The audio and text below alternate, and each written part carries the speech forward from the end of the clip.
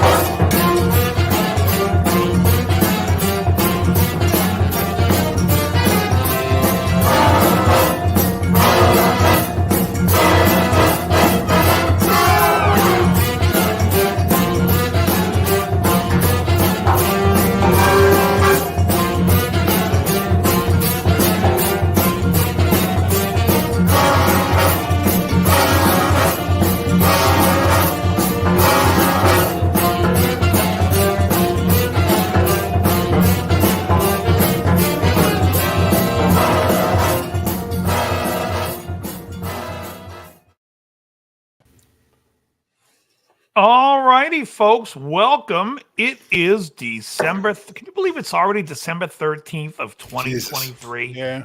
Holy macaroni. It's unbelievable. And now I believe Wednesday the 13th is the day Pamela Voorhees got her period. Thank you very much. It's a Friday the 13th jokes, folks. Anyways, welcome all. Welcome. Bingham's here, folks. Say hello to John Bingham, everybody. In the Joe center is here in his lean and mean Hulk shirt. Krill Bar is here. I tried working on RL's camera today with him. We're having some issues with it, but I think he might come on in the next few weeks. Oh, cool. A lean and svelte RL. He's coming out. I mean, on. He's coming out. Bam, bam. He wants the world to know. Ooh. Just so you know, just to recap, Mike Honcho, I needed the money. That's the best. I love the fact that he's trying to get him to laugh, and he goes, just to recap, Mike Honcho, I needed the money. It's good stuff. I wanted to bring a topic up today. It doesn't have to be now, but at some point, because I wasn't able to join you guys backstage. I think we should have a little chew on this some historically bad lyrics.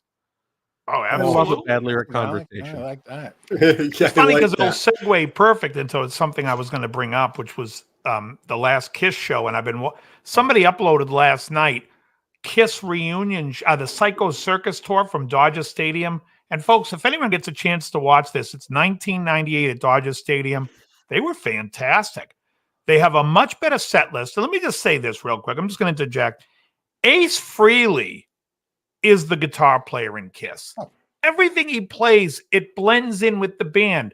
I watched a 95 show with Bruce Kulick, and Bruce does a much better job than Tommy Thayer, but he plays the songs, I think, a little too rigid, where he doesn't feel like he fits in. To me, it sounds like an outside player. Ace sounds like he's part of the band, and Tommy Thayer sounds like he's in a cover. It sounds like he's trying to play Ace, but it doesn't sound good. It doesn't have that mojo. But if you get a chance, watch that 98 Psycho Circus tour from Dodger Stadium. The set list is 1,000 times better than the set list at Madison Square Garden last 2 weeks ago. And yeah. Anyways, speaking of Kiss and horrible lyrics, go on, John. Yes, please. Kiss My Anthea. Oh, that's good. That's a great movie. But they had horrible lyrics. Kiss. Oh my God. Yeah. Well, the one that tipped me off and made me start thinking about this. I'm listening to Rainbow, which brings my favorite little elf, Dio, into the conversation. It had to be a Dio I'll conversation. find the shelf.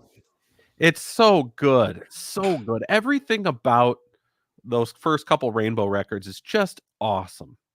First including three. The awesomely bad record lyrics. Incredible. I can hear the sound. What does he say? I can hear the sound of writing on the wall. It cries for you. I can hear that's sound. Long Live Rock and Roll, right? Yeah.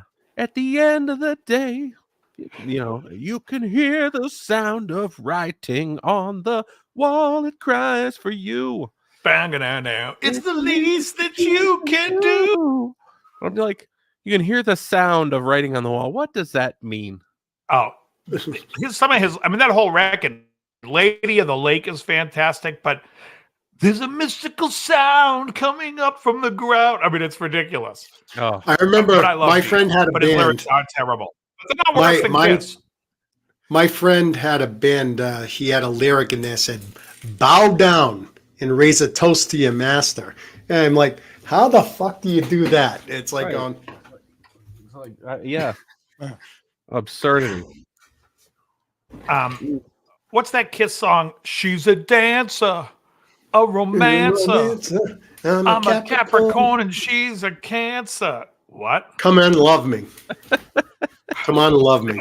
Here's what's funny. I fucking love the song. I love that song. Lyrically, it's horrendous. It's not worse than Room Service, because that's the dumbest fucking lyric ever. Room service, baby, I could use a meal. Room service, you can do what you feel. That's a real. It's the first song on Dress to Kill. And people tell me they like the song, and I'm like, you know what? I can't. It's so dumb. So dumb. Ladies in Waiting is better. Have you ever heard Classic? Oh, yes. I've seen that. Somebody had sent that to me, T-Boys, a while back.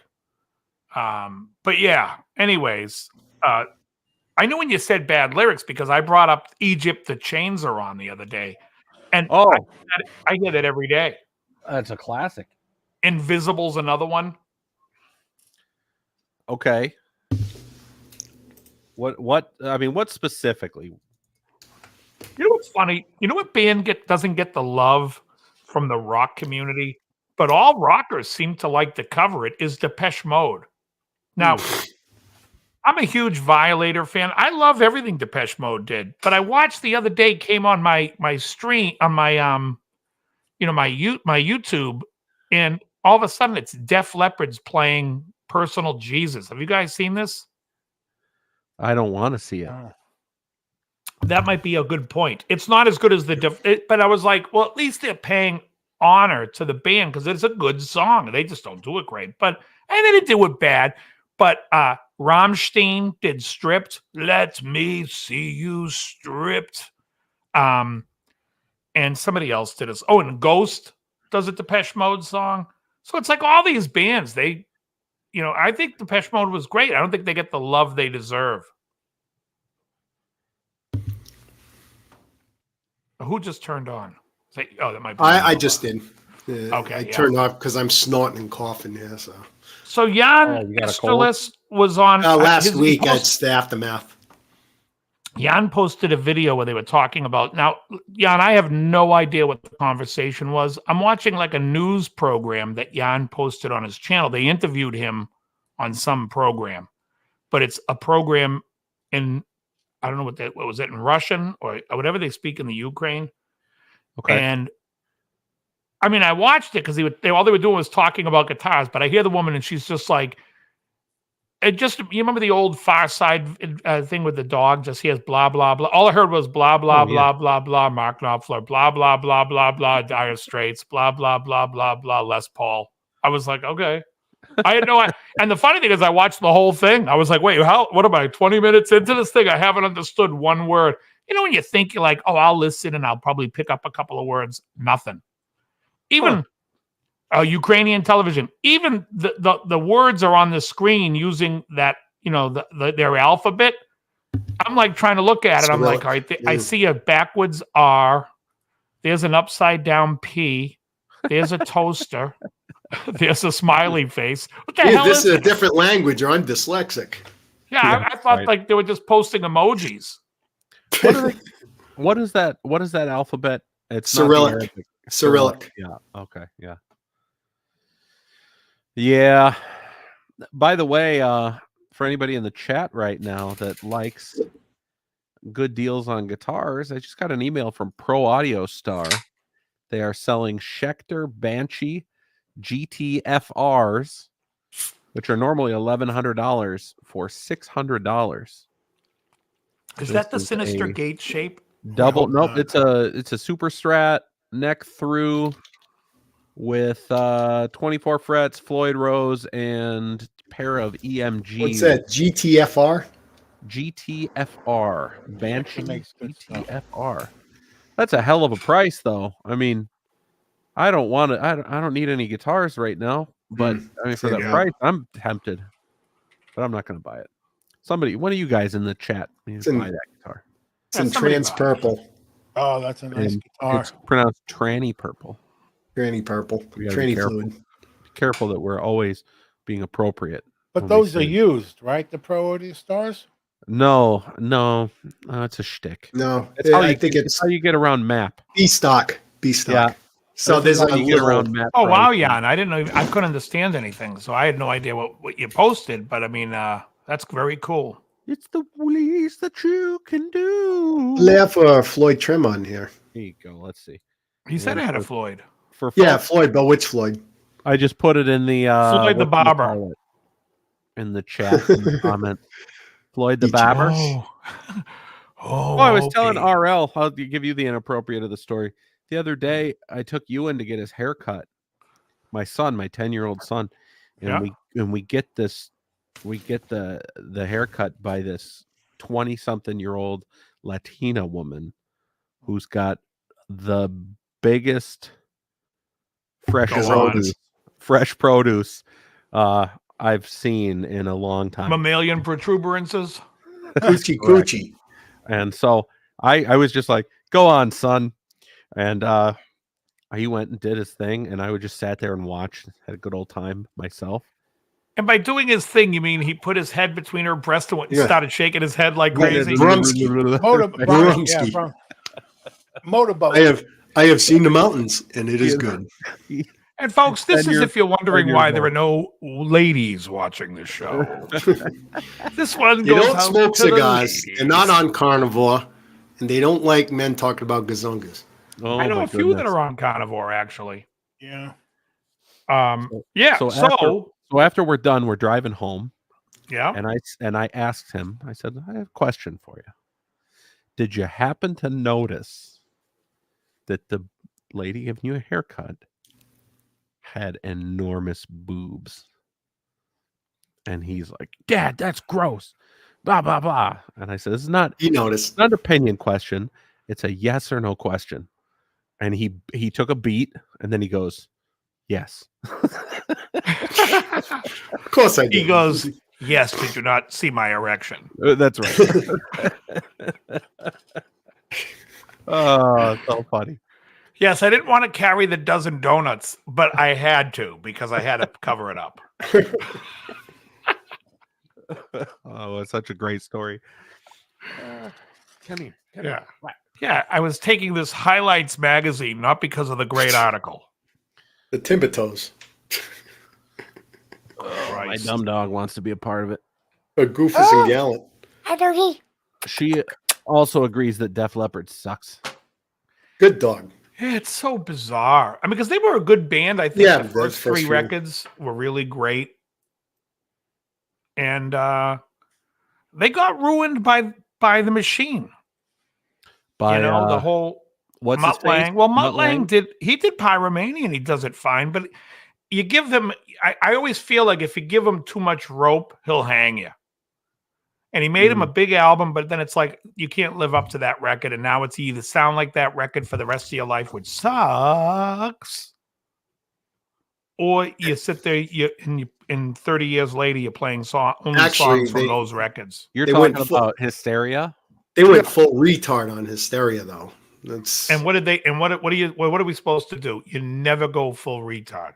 That's yep, right. Exactly. How many records did Hysteria sell? A lot. Do we know shitload. Especially compared to compared to Pyromania? I'm Let me curious. look it up. Because, yeah, it makes me wonder. I noticed that everything that he does 20 million. tends to sound the same. 12 He's million got a in the US formula that alone. works. Yeah. Well, you know, AC/DC's, the first record he did was Highway to Hell. And I think he really stepped it up for Back in Black. Obviously, it's a little bit more of a polished band. Yeah. But then I think when they did For Those About to Rock, it was like, well, this is like Back in Black light. It's like Yeah. a weaker version of the same record. Yeah, because it's like they ran out of songs. And then they got rid of him and they did Flick of the Switch by themselves. And Flick of the Switch, they had that energy back and they were like back to their old, more like the earlier Powerage AC/DC energy. So, yeah, I mean, I think he's good. I just don't think you can hang with him long because he's going to. And there's just so much. Like, there's a guy who has a channel on YouTube, Dr. something, Dr. Huff, maybe. And he basically, all he does is talk about the trickery that he does in the studio and how much better it sounds when you put this here on, when you use a piano, you can double it on bass. You take a bass and you can put a piano behind it. Yeah, they've been doing that since the dawn of time. It's not his trick. It's just that now he overdoes it and everything just sounds too polished.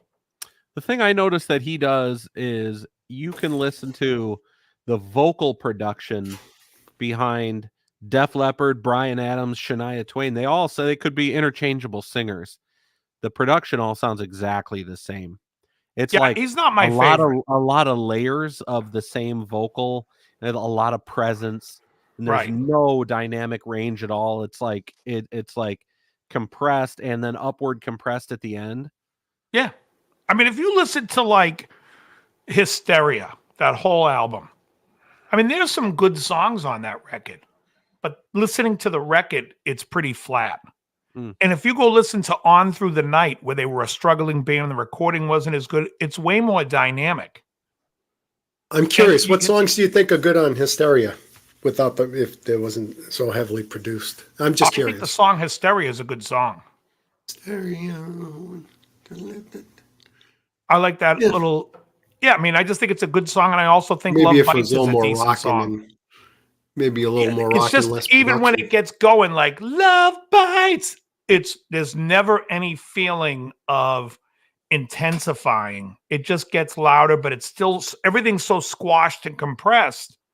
It just has, to me, it has no heart. It's like boring. Even though I think the songs are good. What is it? Love Bites. It's what I need. Oh, yeah. Wow. And then everything is that same volume. And I'll tell you right now, you guys want to hear what a record should sound like. And I'm not a huge fan of this album, although I think it's a brilliant production, is Fleetwood Mac Rumors. You listen to Fleetwood Mac Rumors, it's all over the place. There's some beautiful acoustic stuff. There's some ethereal sounding stuff. Either way, it has a sound that is really like, when you listen to it, you're like, man, every record should sound this good. It's and let fantastic. me ask you a question. You will actually put that up side by side against Wasp's Fuck Like a Beast? Exactly. Solid. No, very good. That's a good example of awful production, by the way. But I love it. Does that one have Crazy in Texas on it? No, that's the one that Soldiers Under. Well, no, actually, not Soldiers Under. Blind in Texas. Blind in Texas. Yeah. Sorry. The last. What the hell was the name of that album? The last is the one after. Nobody knows. And then here's a question for you, because I was thinking about this the other day, because I hear these songs. I put a Spotify gym mix that I made when I go to the gym, and these two songs by Motorhead come on, and now I'm not sure which is the better song. And so if you guys don't know the second song, it's definitely worth checking out. But Ace of Spades or Iron Fist? Do you guys know Iron Fist? Who does Iron Fist? I don't. It's Iron. That's Motorhead too. Motorhead, yeah. It's the album they have right a after. record called Iron Fist. I can't say either way. I don't know the song. It's the opening track. Okay. Devil's Grip, the Iron Fist. I don't know it. Ooh, Alfie Singer says Iron Fist. I think Iron Fist. You know what it is? It's so good when he goes, "You know me, evil eye. Don't Devil's Grip, the Iron Fist." It's just it's the same type of intense driving, fast, steady. But yeah, Iron Fist is a great. I think here's the thing. As much as you may think the song The Ace of Spades is a great song, Iron Fist is a better album than Ace of Spades. That's for sure. All right. Let me just answer Krellbar. I think you're thinking of the album The Last Command.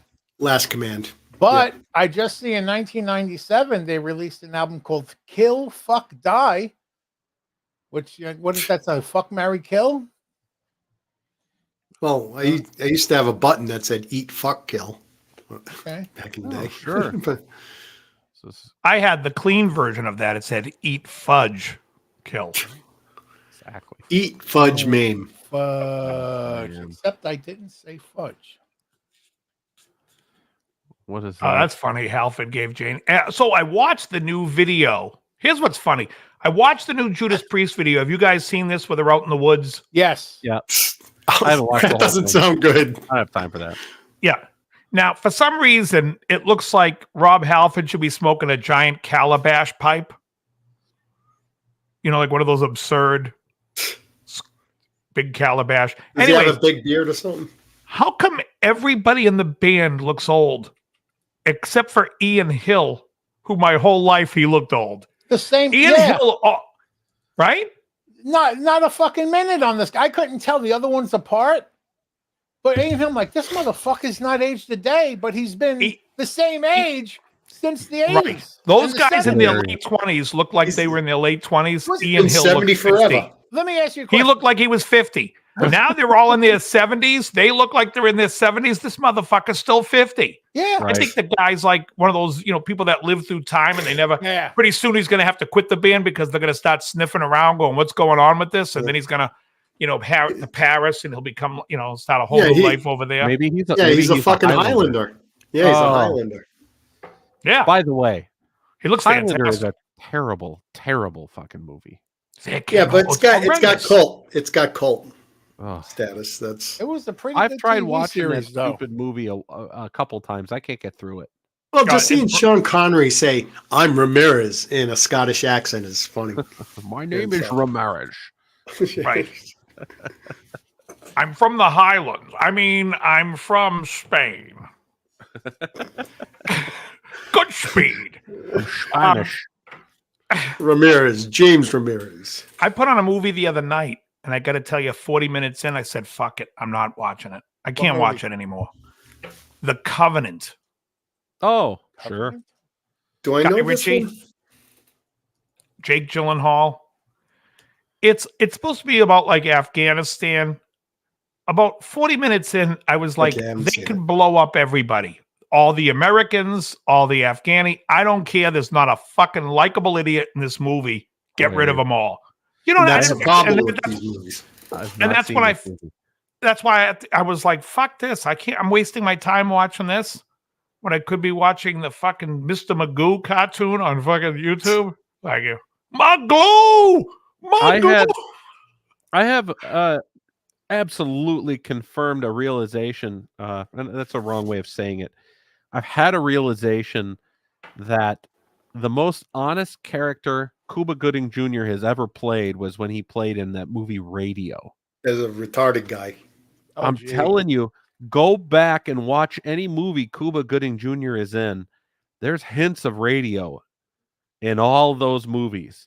I watched Boys in the Hood the other day, and like there's scenes where he's like, when you're like, why does he look like he's tarded?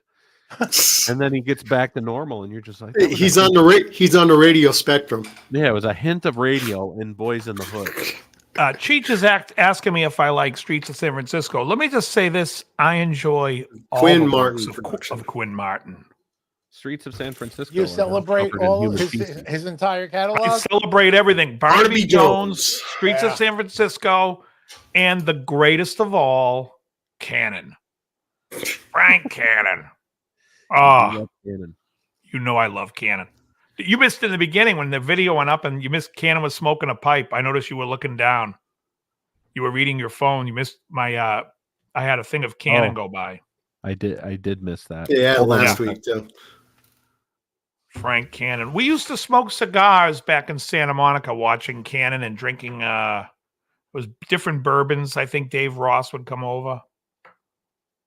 He's talking to his son now. So anyways, the movie was terrible.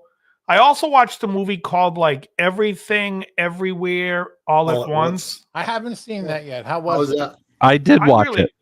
I liked it a lot. Yeah, it was entertaining. It's about a person that can't get their taxes done. That's what I read in the thing. Basically. Yeah, it's just so bizarre. Halfway through the movie, you're like, what the fuck am I watching? And then somehow it ropes you in. It's like it becomes a touching story of a mother-daughter. I thought it was great. Yeah. I tell you, Asian filmmaking, man. I liked it. Hollywood in the nuts. I liked it better than the one with Jet Li, which was so the one was like I don't know, 15 years ago, but it was the same thing where there's all these different Jet Lis from different dimensions, and he's the bad guy version's trying to kill all of them to become the one and only. Oh, and then of course there's the good guy version that has to fight him. So, not great. This movie that does like those different version dimensionality things, I liked a lot more. I thought it was really good, entertaining. Oh, you mean Everything All at Once? Yeah, it was great. It was plus very cool. David Lopan was in it. You're damn right, John. James Hong. James Hong. Yeah, he's still alive. 94 years old. God bless him. 94. What about when the Japanese guy and the Chinese guy go to the students' cafeteria? Oh, really? When he switches to the Japanese guy's voice, I am like, how is this guy not wetting his pants laughing? It is so absurd. When you sent me that last week, John. It is. Oh, Japan. Japan's trying to, and he just puts a more curt voice on it. It becomes the Japanese guy. Old Boy. No, I haven't seen Old Boy. Oh, Old Boy's great. Fucking movie. I saw that in the 90s, in the 2000s. I don't know it. Yep, they remade it with Josh Brolin. And that's not that bad either, but the original was the best. I know who in the group to ask. Joe, question. Sure. Did you go see the new Godzilla yet? No, not yet. But I did. I don't go to movies, so when it comes out, when it's going to be available streaming, I have it the same day. So I'm thinking about going. Krellbar, should I go? Yes, absolutely. Okay. It'll give you faith in filmmaking. Oh, nice. I've heard nothing but good about it. Yeah, I'm in. Too. Oh, it's good. Yeah, well, it takes. Just take the best of that Spielberg's done, and you put that in there, and with the development of the human characters is better than Spielberg would do. It's like there's actually a story. I mean, you don't need Godzilla in it. It's like all you need is a crisis. What did Spielberg do that was good? I'm listening. Go. No. That the whole thing of where a bunch of people get together and they fight a crisis and stuff, and it's like. They really dig deep, and that feel good thing. Like they borrow from Jaws a little bit. Okay, other than Murder by the Book, which is the very first episode of Columbo that was directed by Spielberg. I was being serious. Tell me what you think a great Spielberg directed movie. Now, Schindler's List was great. I'm not saying as much of the movie as the way that endears you to the characters. What's the one that I watched? You care about these characters.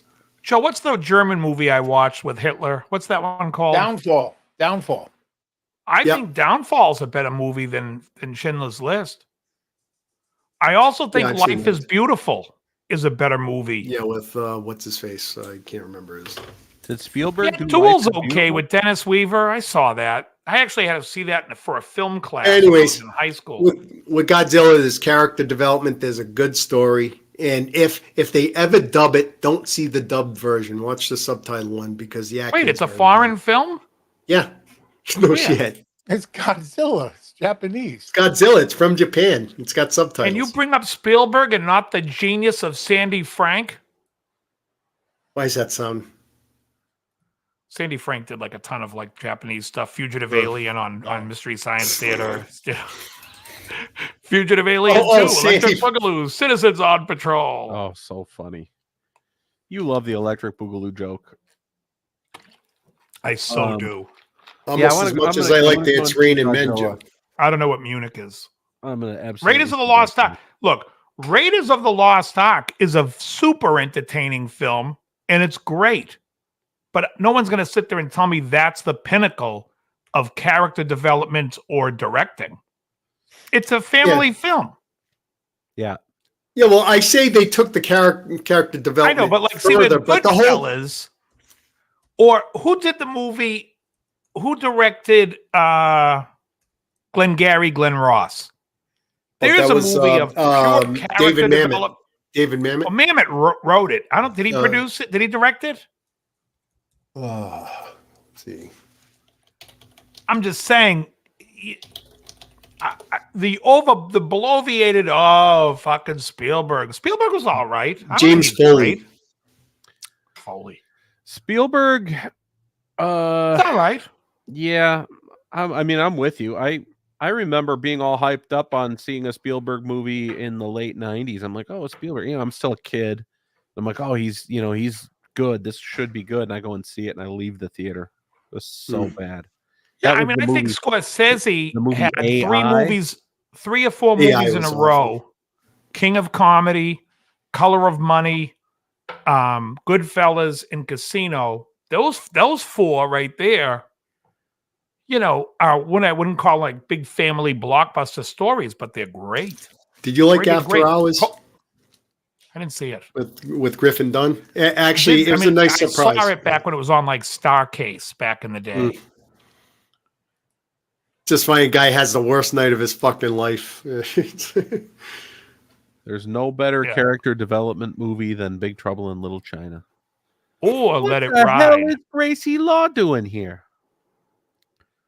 Let It Ride is a great one. The development is so absurd. It's the development of Jack Burton is basically self-exposition on his part. Well, with Jack Burton. Well, no, the whole movie, that's what I mean. The whole movie, the story is all like laid out in front of you. It's so ridiculous. Have you guys ever seen a movie? Gracie Law. Have you guys ever seen a movie? I'm going to say this movie is completely underrated, and I think it's fucking brilliant. Lucky Number 11. Oh, I've seen it. You mentioned that before. I haven't seen it in years, but I've seen it. I haven't seen that in years either. I've seen part of it and fell asleep. Hartnett, you got Bruce Willis, but then you've got Kingsley, Sir Ben, actually. He's dead now, right? No, Ben Kingsley's still alive. Oh, I thought he passed away this year. No. Nope. Ben Kingsley, Morgan Freeman. It's a great movie.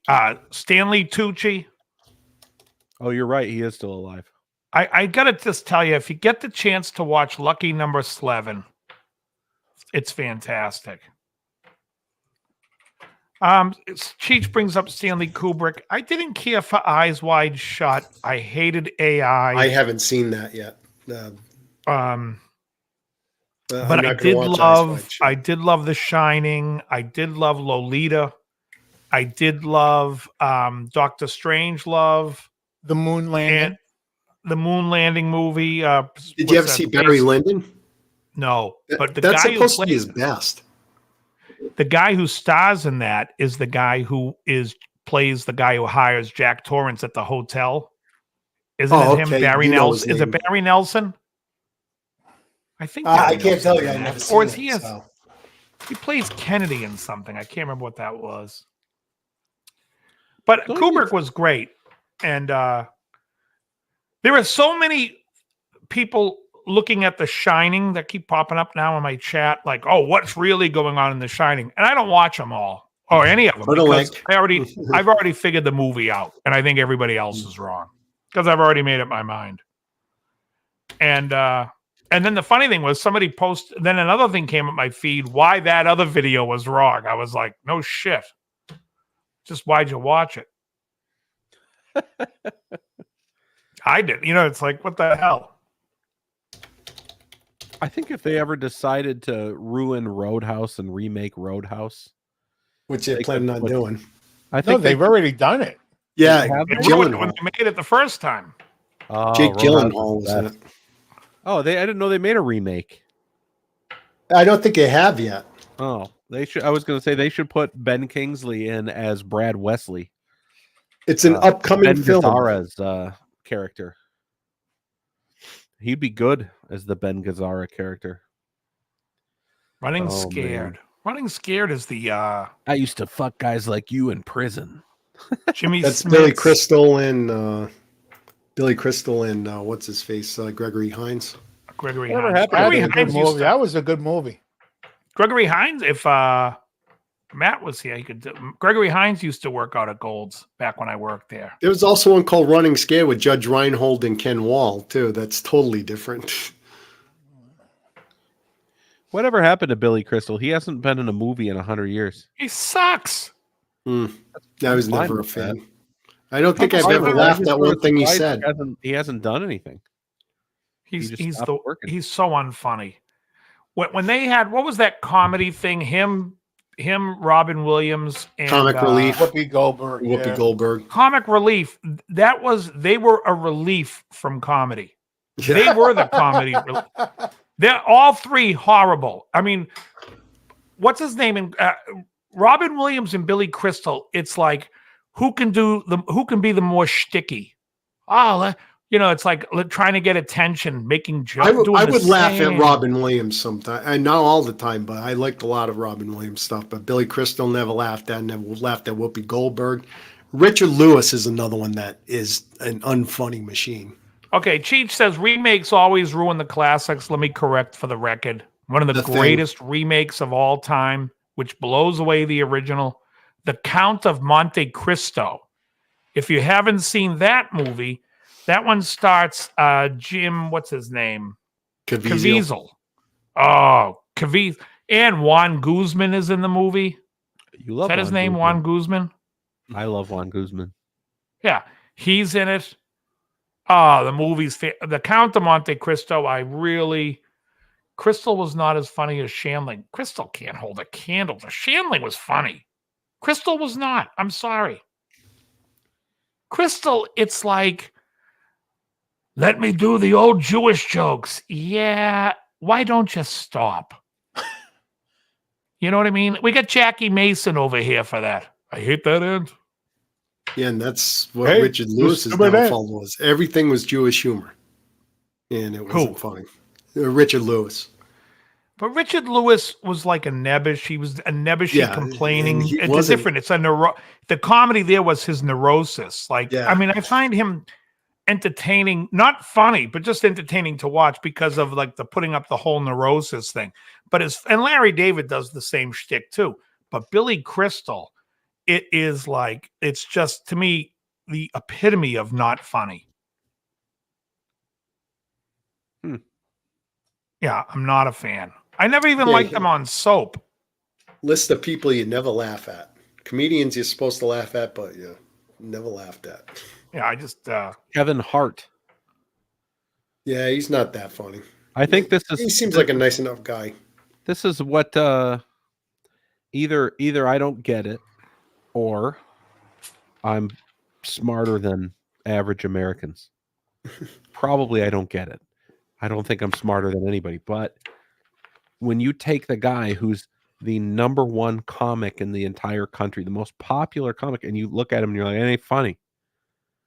Either everybody else is a little dumb or I'm way off.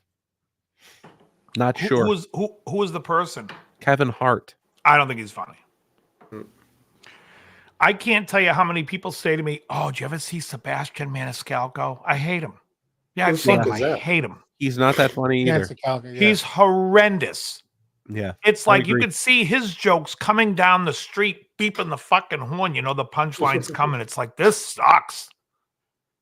These guys can't hold a candle to the genius of Buddy Hackett. Oh, jeez. Yeah, you could tell a long story, but the payoff would be good. Yeah, exactly. But he was funny. The only early comedian that I never really cared for was Norm Crosby.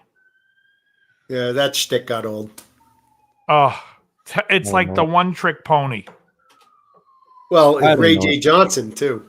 that lasted 2 minutes. You can call me Ray, or you can call me Jay, but don't. Yeah, he had call all me the talent of Father Guido Sarducci. Don Novello. Horrible. Fuck. Find the Pope in the pizza. I nominate the ZZ Top for president.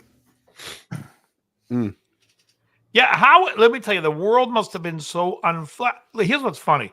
SNL, I think, in the first 5 or 6 years from when it started to 1980, even into 81, show was terrible.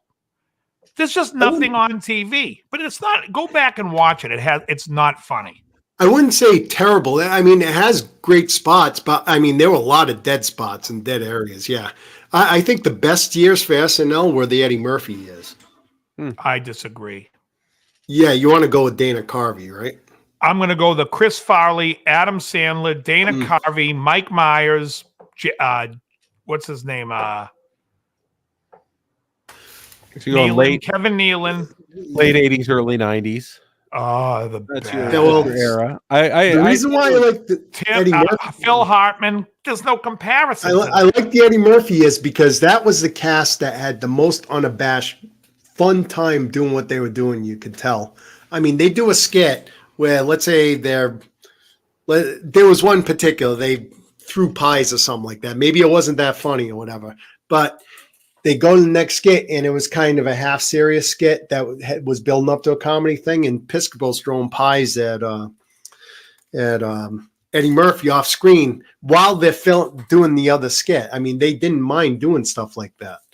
You know, just that's not acting like a bunch of college kids. Yeah, I don't find that entertaining. I also really like the years with Kristen Wiig, Fred Armisen, and Will Forte. Because agreed. And Chris Parnell. The Californians is my favorite. Don't forget Chris Parnell, the genius. I love Chris Parnell. He's amazing.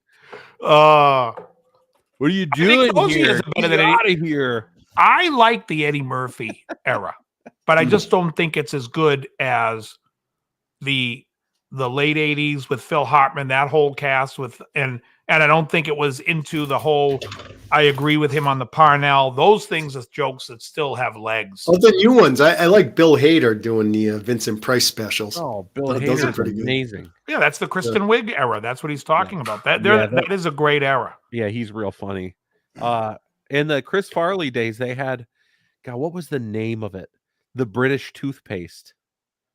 You remember there's a bit that Phil Hartman, Chris Farley, and Mike Myers do, and it's the British toothpaste.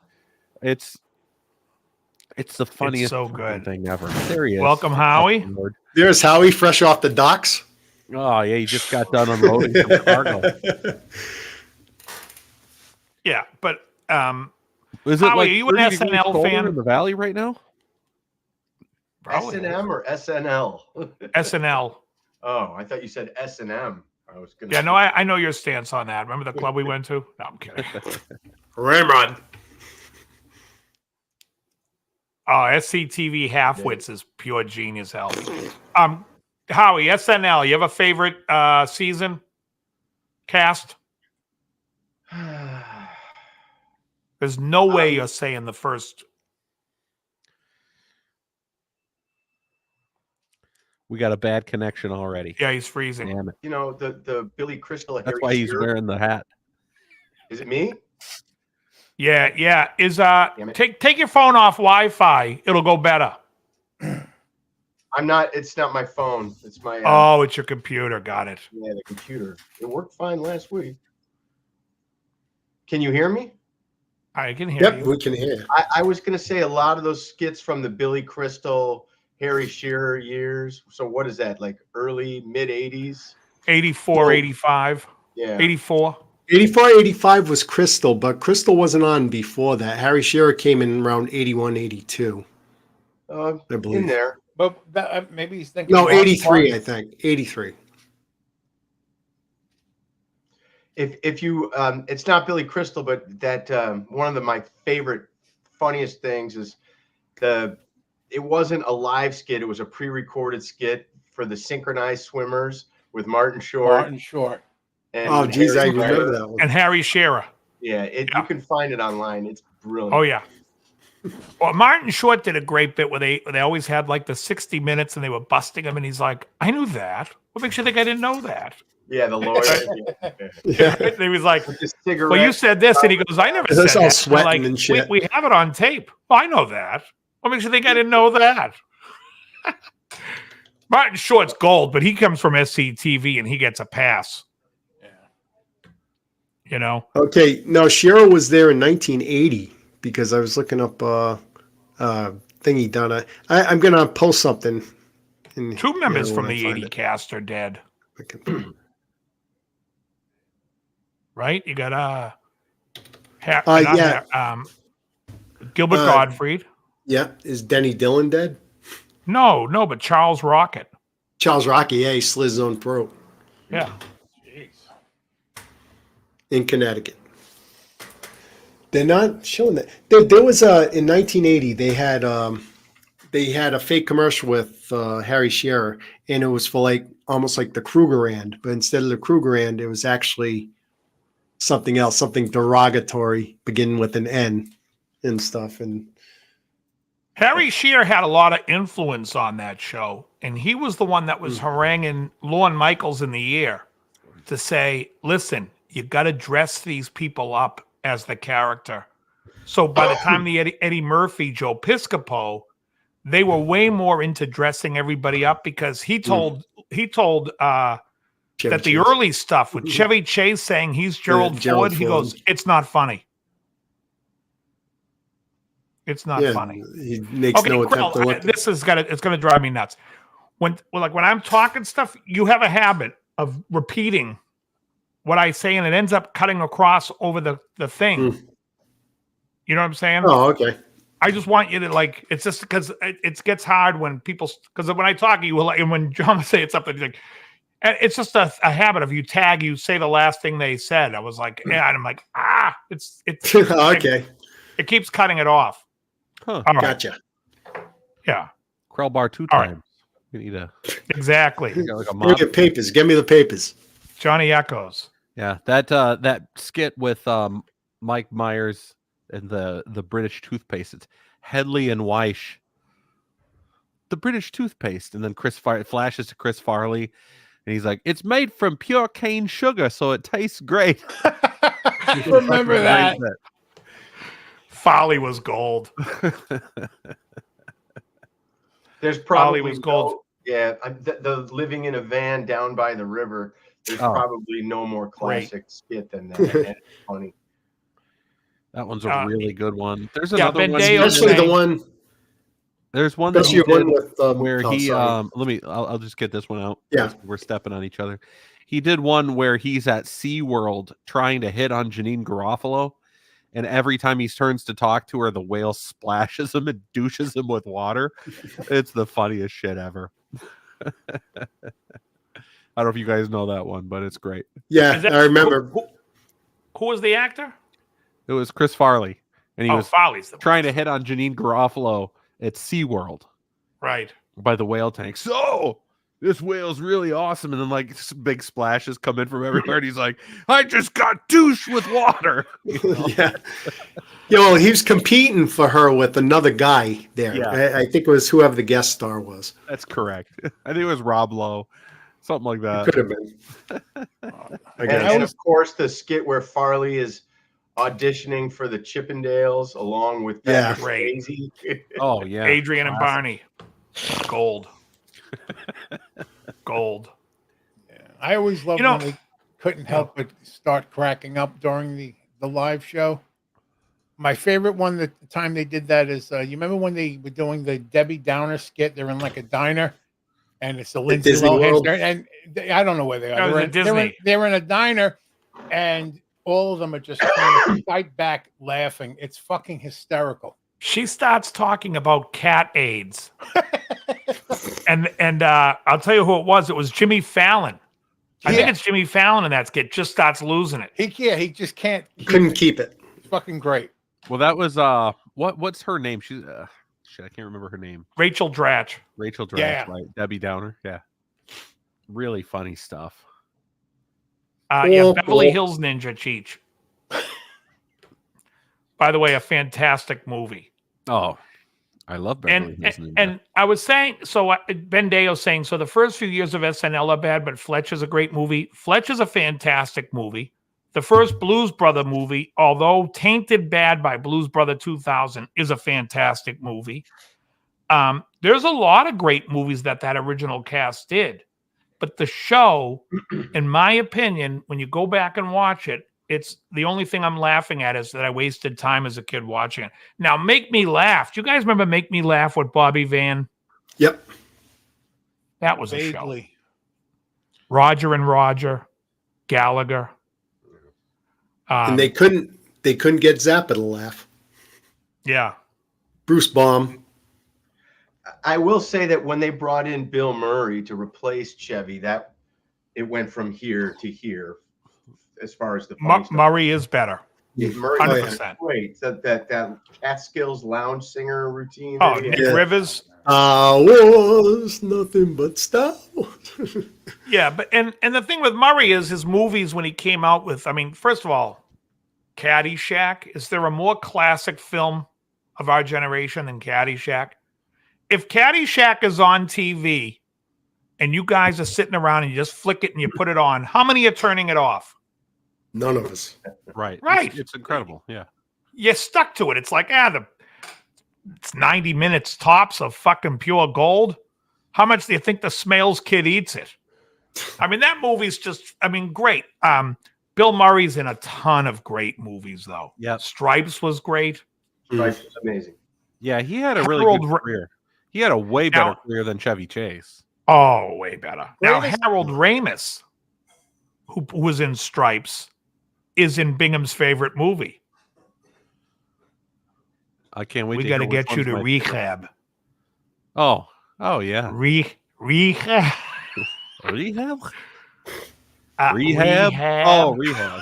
Yeah, I got a problem. Yeah, Dewey Cox. Yeah, Harold Ramis had a bunch of like little bit parts in movies that he wrote. He was great, really funny. One of the best scenes in Stripes is with John Candy when he goes, I don't know if you guys have noticed, but I have a bit of a weight problem. And they're like, no. I've got a problem. I swallow a lot of aggression and a lot of pizzas. Absolutely great. Lacy underalls, yeah. Some great stuff. And you think about it, here's a good trivia question for you. Who do you think had the most successful post-SNL career? Well, you have to define successful, though. Money? Money. Popularity or money? Eddie Murphy? I would guess out of that particular cast, Eddie Murphy probably made no way money. I say no. Are you serious? I think it's Adam Sandler. It's Adam Sandler. Oh, well, you're talking. Yeah. I was talking about the cast, a specific cast. You're talking about the entire thing. I want one person who had the most successful career coming out of SNL. It probably is Sandler because his production company is worth more than any of his movies ever made. I think the advantage Sandler has, Eddie Murphy's career was probably just as big and for a long time just as popular, but the money situation was different, 35, 40 years ago versus, let's say, 15, 20 years ago when Sure, but Bill, he never did a movie that went over 100 million. Eddie Murphy. Do you have these statistics in front of you somehow? No, I don't, but I just know them. The Water Boy did over 100 million. Yeah, but if you figure in for inflation, I bet he did. That's a good way to phrase it. Yeah. Well, I'm going for Tony Rosato. Tony Rosato. God, that is a great cast member. We could incorporate a list. We could incorporate a list. Sandler signed a Netflix deal that was insane. Well, that's modern times. Yeah, but I'm just saying, he still came out of SNL. It wasn't like he came out of SNL today. He came out of SNL in 95, 94. All right. Joe loves lists. Fired. You guys want a list? I got the 20 richest SNL cast members of all time. Okay, let's do it. We doing it? Let's do it. I'm curious now. All right. We're going to start with number 10. We're going to start. You want to start with number 10? How many Julia are there? Louis-Dreyfus. Can I just say something really quick? 20. Yeah. Dave, Beverly Hills Cop, 119.2 million. Another 48 hours, 153.5 million. 78 hours was 78 million. And that, What was? you know, if you 48 hours. 48 hours, which was like the first one. If All right, so now let's go to Sandler's. But you're right. If you adjust for today's inflation, well, right. I'm sure I don't want to Google anything because my computer is slow. Yeah, no, you don't have to Google. we have Google. Beverly Hills Cop, an immediate blockbuster. It received positive reviews and earned $234 million at the North American domestic box office. Really, and that's all because of Steven Berkoff. Thank you. He played Victor Maitland. I love Victor. Somebody Maitland. Google He who packs his drugs made and more coffee. money, Sandler or Murphy. Well, we're going to find this out in this list that John. All has right, followed. Let's kick it off. Coming in at number 20. I'm going to do this a little differently. I'm going to because I'm not just going to have people guess, you know, who's number 20. Yeah. I'm going to give you number 20 and number 19, and you're going to guess which of these two guys is number 20 and number 19. So Go ahead. Back to back. You've got Chevy Chase and Christopher Guest. Christopher Guest is. Oh, Definitely. Christopher Guest. He's better than Christopher Chevy Guest. Chase. He owns all those movies that he made, Spinal Tap and all that. I'm going to say Chevy Chase is 20. Okay. Is that consensus? I agree too. Okay. Yes. All right. That is correct. Yes. Yep. Yeah. That He's is also correct. married to Jamie Lee Curtis. This is Yep. true. All right. So now we got number 18, number 17. We've got Chris Rock and Billy Crystal. Chris Rock. Wow. Good for Chris Chris. Rock. Yeah, Chris Rock's doing better than Crystal in the long term, I think. I Billy would tend to Crystal sort of agree, as does disappeared. this list. Hmm. All right. Number 17 and 16 and 15. We've got your boy Tracy Morgan and David Spade. Spade Wow. is Spade doing ahead better. of Morgan. Gotta be Spade. Jeez, I was going to do it to a Tracy Morgan. Someone does a great Tracy Morgan impersonation. I was watching on TV. I was dying. That would be incorrect, by the way. Tracy Really? Morgan apparently has done a little better financially than David Spade. And I that believe doesn't you that. really Well, surprise is that me. the settlement from that I was friggin' gonna say, accident he yeah, had? from the Maybe, car but- accident. Did he get a settlement? David Spade only makes money when Adam Sandler lets him make money. Deems him so. Yeah, he's like, hey, you're going to be in my movie, right? All right, number 14, number 13, Crazy. we've got Jimmy Fallon versus Tina Fey. Jimmy Fallon. Fallon, of course. Fallon. Is, Now, anyway. and I just want to say, Tracy Morgan got around 90 million from that fucking accident, so that kind of boosts his. Goodness. So Non-taxable. that is incorrect, by the way, because Tina Fey actually made a boatload of money with that show that she had, 30 Rock. Oh, yeah, That yeah. was her Oh, show. that's right. So she actually is clipping your boy Okay. Jimmy Fallon. And here. she probably has a good For now, she is. like after the fact residuals and royalties and stuff. True. Yeah. I she was figured also the with head him writer on on Tonight the Show. all the time. Yeah, syndication. All right, we move on to Harry Shearer and Dennis Miller. Harry Okay. Shearer Harry Shearer, I'm going to Simpsons. say Dennis Miller. involved. Dennis He's Miller's involved less. more things. Harry Simpsons Shearer's money. more. Simpsons money. All right. Yep. According to Joe, Dennis Miller has made more money, and according to this list, they agree with Joe.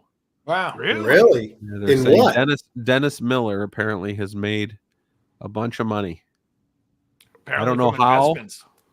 I don't know how, but like, yeah, they're saying that Harry Shearer is worth about 85 million. Dennis Miller is worth about 100 million. Wow. I know he lives up in Santa Barbara. Now we're getting into the big ones. Will Ferrell or Bill Murray? Bill Murray makes. Will Ferrell. Bill Murray. I'll say Ferrell. Bill Murray. I got to go with Bill Murray. Yeah. I think Bill Murray's the safe play because he's got the longer career. And still has a career. Absolutely. Yeah. And Bill Murray, according to this list, is the one. He All is right. 180 million to 160 million. Goodness. Wow. It's close. Oh, all right. Then we go to Mike Myers versus Ben Stiller. Oh, Mike Myers. Easy. Wait a hold second. on. No, I'm I'm going to trying go think with of the Stiller. movies. I'm going to go Ben with Stiller. Myers. I'm going to go with Stiller. I say He's in- Myers. You two say With I say Austin, Stiller. with Austin Powers and the Wayne's World movies. Come on. Yeah, but Stiller's involved with a lot of productions. What about and how much volleyball? He's been Shrek. He gets a fucking ton of money for Shrek. Don't forget that. Yeah, but I think, but Stiller's been around longer, and he's been involved in productions Instead and Instead of stuff like arguing, that. why don't we just listen to John tell us? Yeah, I could just tell you guys Yeah. that Mike Myers is the one that clips Ben Stiller. By how much? It's roughly the same. Oh, The way they have the list set, it says that Ben Stiller's 200 million and Mike Myers is 200 million, but Mike Myers for some reason is number 7 and he's number 8. There's somebody named Shane in the chat who said Dennis Miller seems to have made his money in real estate. That sounds about right. Can you count that? I guess you can count that. I'm just going by whatever this dumbass list says. All right, we're almost in top 5. We've got Dan Aykroyd and Eddie Murphy. Eddie Murphy. I will tell you right now. I'm just going to do this one because it shocks the hell out of me. Dan Aykroyd. Oh, you know what? Is it because of the vodka? I was just going to say the business ventures with the vodka and stuff like that kind of. I don't know. They're telling us that he's worth 250 million, whereas Eddie Murphy's worth about 200. That shocks me. I would have never guessed Dan Aykroyd. Well, the thing is that he was one of the originals there, and he was in the first SNL movie, really, Blues Brothers, and that commodity always sells. So. Yeah, but Oddly enough, he also has Ghostbusters money. Yeah, Ghostbusters. he has a little bit more money than Lorraine Newman. That girl needs to eat a sandwich. Now we're getting into some serious money. Number 4, number 3. Robert Downey Jr. or Julia Louis-Dreyfus. Julia Louis-Dreyfus. I would go with Robert Downey because comes from wealth. Oh, that's right. Yeah, Robert Downey's got come the from Marvel money. He's got all the Iron Man and Avengers. I think it'll Robert be Downey's. Dreyfus, Can you guys name a movie with Robert Downey Sr.? Cannot. Oh God, that's a YP. Not it. Yeah. No, he's in Boogie Nights. Oh, okay. Oh, that's right. Yeah. Robert Downey Jr. supposedly has made more money than Julie Louis-Dreyfus. She made up for lost time. What is she at? I mean, he did. They're telling you 250 million, and they're telling you that he's at 300 million. Wow. All right, now we've got the top dogs. Top 2? Yup. You've got Adam Sandler and Lorne Michaels. Not really fair to call Lorne Michaels the one, but he's on there. So who's done better, Adam Sandler? So I was right, but let me just answer this though. I was correct that it was Adam Sandler as the richest cast member. Yeah, because Michaels is the producer and owner of the show. Right. I will say that Adam has surpassed, even though I'm probably wrong. Were there any surprises on the list? People that you thought maybe would have done better or anything like that? I always thought that Denny Dillon. There we go. Gail Mathias. Gail Mathias. Yeah. Who else is in that original cast? No, that's 1980. Not the original. That I meant to say 1980 cast. Sands is not on this list. Yeah, right? That's shocking. Well, Chris Kattan. How come Chris Kattan didn't make this list? Because he's not funny. Oh, he's horrible. I'm really surprised Dan Aykroyd's as high on the list as he is, but I'm also surprised Tracy Morgan's even on the list. Well, because of his accident. That's crazy. Yeah. Look, anyway, that's my list. Tracy Morgan impression. It's to crazy. be fair, we don't really know what these people actually have. That's Nobody correct. does. It could be all bullshit numbers. That's what I always guess these lists are. Anytime I see like the what are the numbers? Give us the numbers. I did. No, what was Lorne Michaels? 500 million. And what was Sandler? It said 440. I think that's low. It actually said A440, but that's different. That's concert pitch. Yes. Yeah. It does seem. It seems like he would probably have more. My guess. I mean, maybe not liquid, but he's got a lot. What did you think? Let me ask you guys this question, because I was watching. My YouTube gets like just completely slammed. You watch one thing about Kiss, and then they think you want to know what kind of underwear they all wear. It's like, I don't give a shit. I know. But Ace Frehley, what do you think it would have been fair to pay Ace and Peter to come out and play a couple of songs at that last show? Great question. I heard Ace was asking for like crazy money. Like just for the last show, 1,000. Play a couple of songs. How about $100,000? Would that be fair in that world? I don't think so. I think that's too much. How much do you think that concert generated? Well, it's going to generate it without them or not. My point was just take like if Ace. No, I'm asking for the reason of they want a piece of the pie. I'm just curious, how much do you think that generated? Well, let's see. I'm assuming Eric Singer and Tommy Thayer got paid their $500 each. I didn't realize they got paid that much. Yeah. That's before taxes. Paul's generous. Also, I watched a concert from '95 when Eric Singer was playing and the other guy was in the band, Bruce Kulick, however you pronounce his name. It seems in the course of 25 years, are they doing surgeries on Eric Singer to make him look more like Peter Criss? I mean, he looks like he got shorter. They gave him that Dorothy Hamill haircut. Hamill?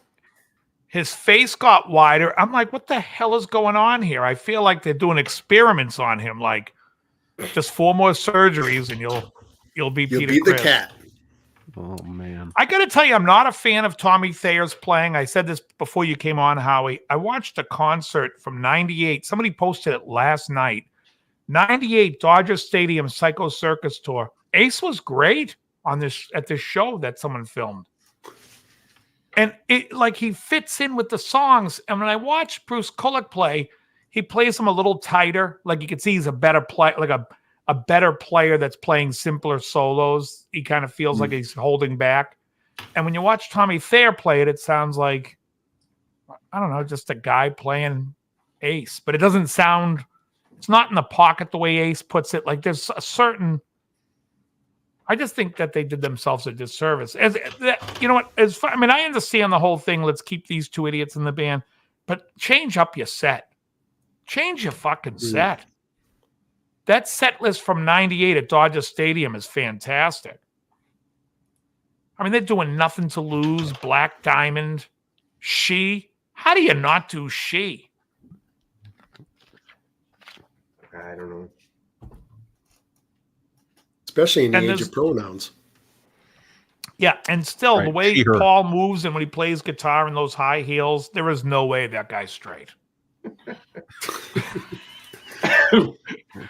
Not that there's anything wrong with it, but for Christ's sake. You fans, we do this for you. Yeah, we understand how currency works. You perform for them, they buy a ticket. We're here for you. You sure? Those guys definitely know how currency works. Hey, Zim, how's it going, buddy? Kiss has to be worth $1 billion. Well, I think Gene's worth like 300 million and Paul's worth like 150. Ace is worth 2. Peter's in debt. No, I have no idea. I think Gene is worth the most, though. According to some website called Grojo that discusses Kiss products and all of their licensing, according to Sandra O'Loughlin in an article for Brand Week magazine, Kiss has licensed its name to more than 3,000 different product categories, from lunch boxes and comic books to credit cards and condoms, and it's become a $1 billion brand. Wow. Insanity. Yeah, I'm seeing other articles that are saying their net worth is $300 million. That can't be. I just saw that. That's bullshit. Well, that's net worth. I mean, that means they get 300 million a year. When you talk about $1 billion business, that's $1 billion a year. You're talking about the individual members, or you're talking about the organization? It says their net worth as a band was 300 million as net worth, though. Yeah, and I was just referencing the brand. Yeah, the brand is 1 billion gross, probably. It's craziness. I just want to know when Kiss is going to fight Godzilla, because now they're in the they're in the world of we can do whatever we want. What I can't figure out, did you guys see the end of the show where they showed the AI people, whatever? Yeah. No. Wouldn't you have said to the guys, like, because Gene looks old. It looks like old Gene. Couldn't you horrible. Wouldn't you have said, go take a few photos of me from when I was from back in like the Kiss Alive 2 era and fucking chisel my face out? You got that technology? Can you fucking make me lose 30 pounds? What the hell's going on here? That doesn't make sense. You look at that, he stands out because everyone else is stylized, and it's like, yeah, let's do the real him. They should have made Gene's hairpiece look more like a real hair. And did I tell you when the guy whose initial job was to do the design of everything, he was like, all right, so what are we looking at here? And they're like, we got a demon. We got a spaceman. We've got a Catman. And we've got a Star Child. Folks, I'm going to bury that joke to the ground for the day I die. We have a Star Child. I just think that who was it that said it? Was it Ace? They asked him about it. He goes, I didn't even fucking get it. What the hell are they doing? They're cartoons now? And Ace's new song sounds pretty good. 10,000 volts. Yeah. Can Ace play anymore? I think he can still play. No, whenever you see some live clips, he's not at his top game, but he's like a bar band guitar player. He has the articulation, I would say, of a guitar player with a with a goalie glove on his hand. Yeah, he kind of stabs the strings with his right hand these days. You guys remember on Benny Hill when they had Name That Tune? And the person goes, I can name that in one note, and the hand just plops on the piano because they don't want the. It's like that's like how he plays guitar. It just sounds like his hands are plopping on the frets. There's a lesson he does where someone's interviewing Ace and he's showing how to play Shock Me. Any of you guys seen that? Yeah, I've seen a couple of those. It's interesting. Anyways, I love Ace. I mean, that first solo record is great. Everything on the first 3 albums is great. And he should have been a cartoon about years ago, too. But Peter Criss came up in my feed. Again, everything comes up now. It's Kiss. Peter Criss came up in my feed playing with a big band. Have you guys seen this at all? Oh, God. It's Peter Criss in a room, and they're playing like big band music. And boy, he has a couple of hits where he's like, duck, duck. I'm just like, oh, my God, he can't keep time in this either.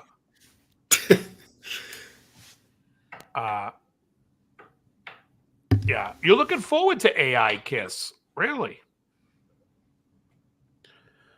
You know what's funny? You're talking about the pocket and all that stuff. I've noticed over the last couple of days that either my timing has drifted or I've become a little bit more African American. Ooh, which I think is laid back. When I'm recording everything, I have a tendency to be behind the beat ever so slightly. It's not like out of time, but I can tell that like the way I feel it as I'm playing and recording, it's all behind the beat, and I'm like, I wonder if I should try and figure out how to fix that, or if I should just part of it is recognizing it. Really, yeah. I have a tendency to do that. I like playing guitar.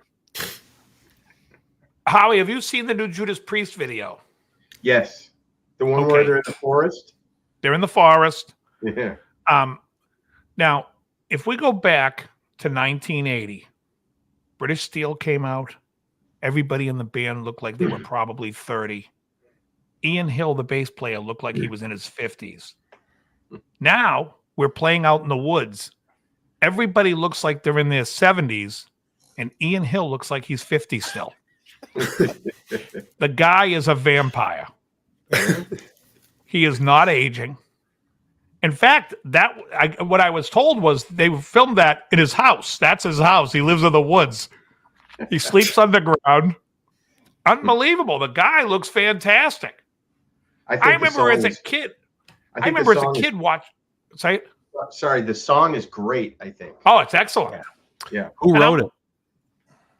I don't know.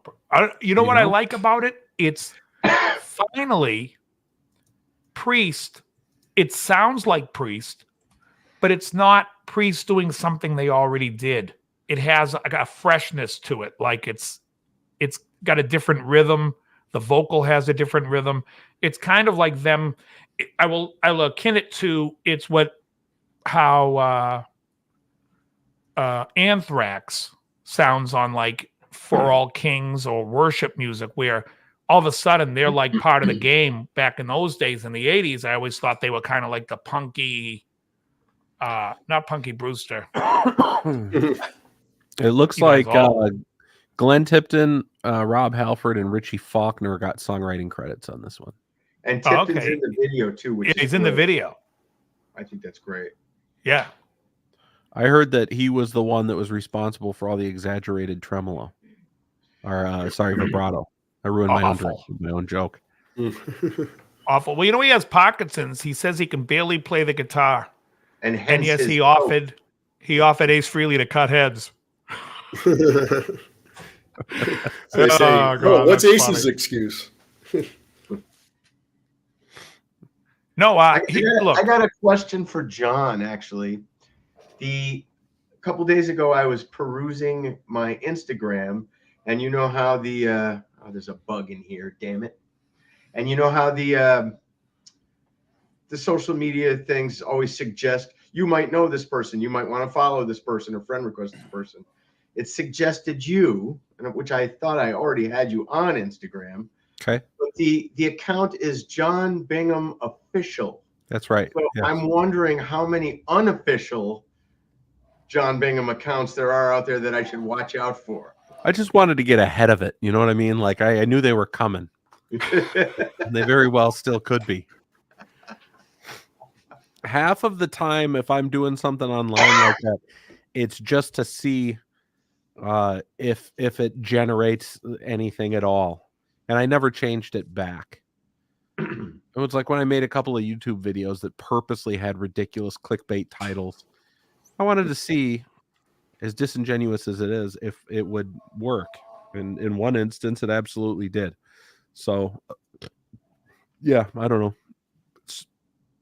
Well, you hooked me in. I'm following you. Oh, baby, religiously, baby. So I saw Howard, also known as Howie, this Saturday at Angel City Guitars in Los Angeles with who else was there? Cody Jones. I don't know if you knew Cody. I didn't know him.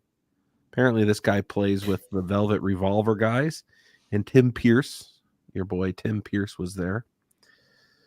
I had a very lovely Where's comment. Angel City?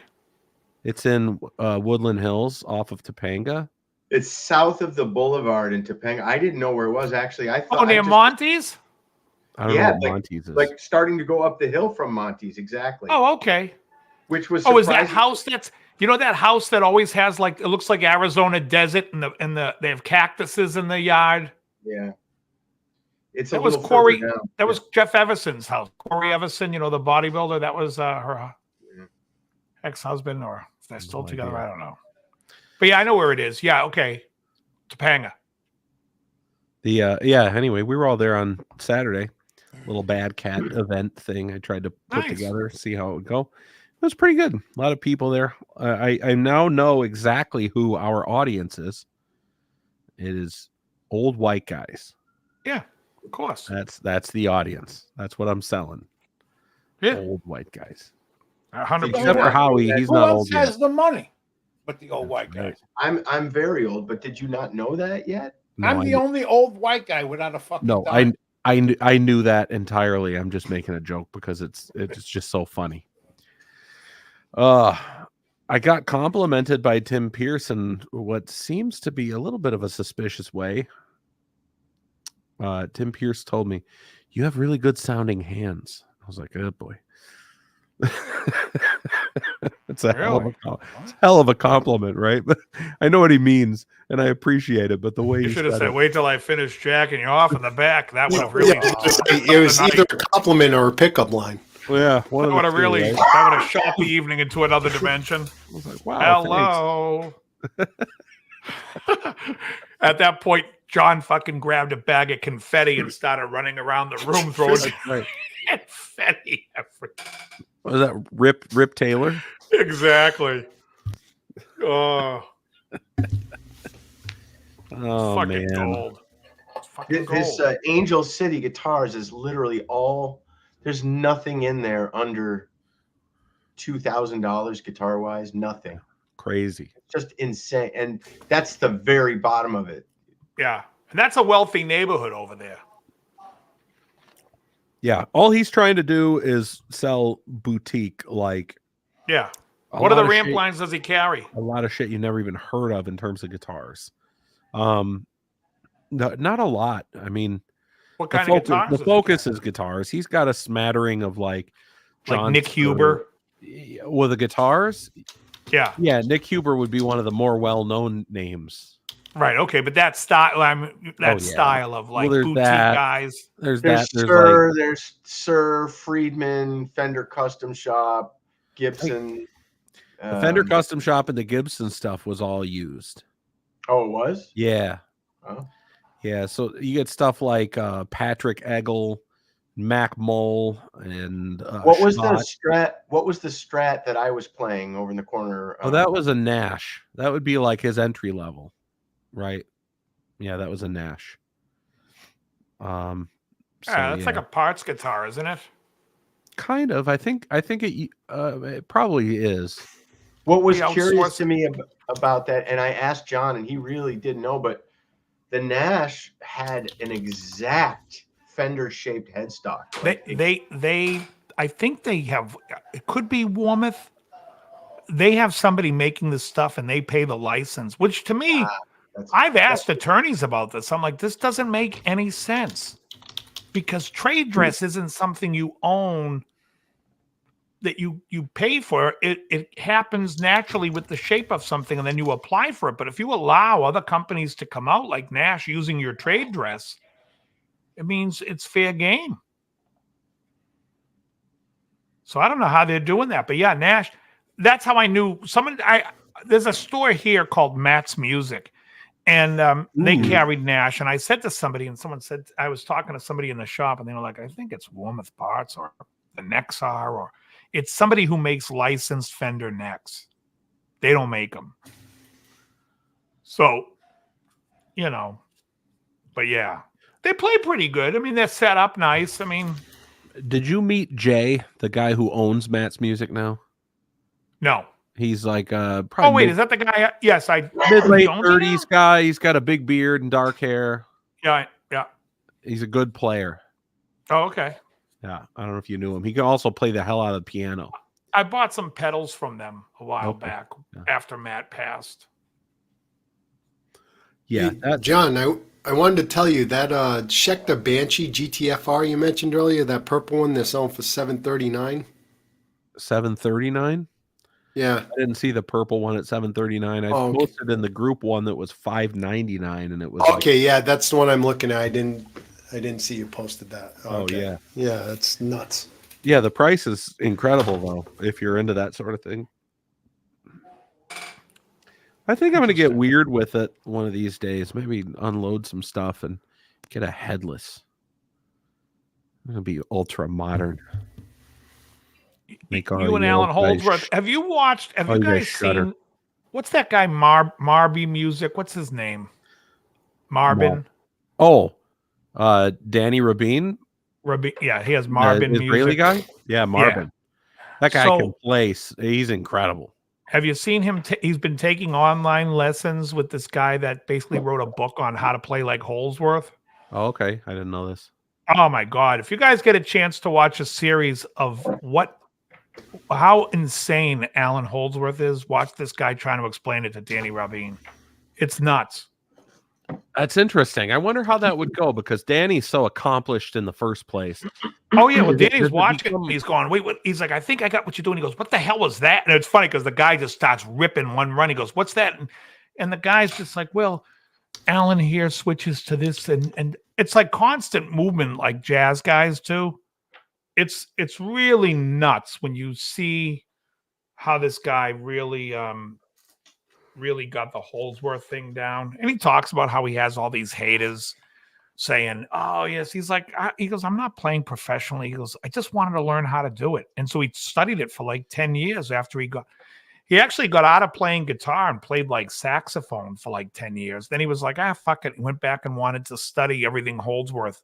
So he wrote some book on it, and he gives proceeds to Holdsworth's family. Oh. But yeah, and Danny Rabin was taking lessons. He's a whole series on how to play and so lesson 1, you see him playing, like Danny's just watching and he's just like, his head's going to explode. He's like, what the hell is this? Yeah. It's really good. If you guys get a chance to watch it, because he's an amazing player on his own. Yeah. I just subbed to him. That's something I actually might watch. That it sounds intriguing. I also really like Danny Rabin. He's excellent.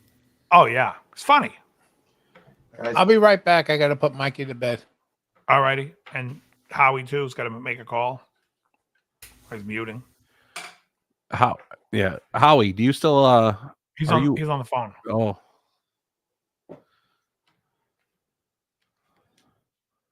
What was the movie in the late 80s where Ray Liotta has like a half retarded little brother and they're both garbage? Oh, Dominic and Eugene.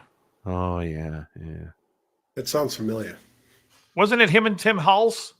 I couldn't tell you what the other guy's name is. Oh, geez. I think you're right, Dave. That just blasted something in my head. Pinto from Animal House, Amadeus from Amadeus. Yeah. Is it Tom Hulse or Tim? Maybe it's Tom Hulse. It's Tom. It's anyways, it's Dominic. Dominic and Eugene. Good memory on that one. Yeah, he's taking care of his Tom brother. Hulse. Yep. Yeah, Tom Hulse. Yeah. I just can't get enough of how he dressed like he's working the docks right now. It's yeah. Well, what he needs there in his mouth is a giant pipe like cannon, clenched between his teeth. That's right. Sorry about that. What were you asking? I was just asking if you have any more cargo containers you have to unload from your ship. Really? It's the hat, dude. Well, number one, it's also cold and I was outside. Number 2, my hair's an unwashed mess right now. I need to wash it. Number 3, there is not a single person who is on this screen in front of me, and now I'm talking to the 3 of you, who should say anything about anybody's fashion choices. Oh, come on. Come on. You want this sweatshirt, Howie. I agree. I'll buy that sweatshirt. I came out of work looking like this. Department. There you go. It's funny you mentioned that. I think I'm actually about to just invest in black Nike golf polos. Just the Howie, same. Just shirt. think about how I have incredible one shirt this would that be. fits me wonderfully. I'm going to buy like 5 of exactly that same model and just be done. Howie, how incredible would this be? You're wearing like the all black, the black longshoreman hat. Now you got the shirt's actually dark blue. Oh, it looks black from here. Yeah, now it's blue. But then we get you a nice pipe, and you just start walking around, going into shops. It doesn't matter. They don't care if they're smoking. You just walk around like that, like Cannon from 19 fucking. They'll play the Old Spice theme.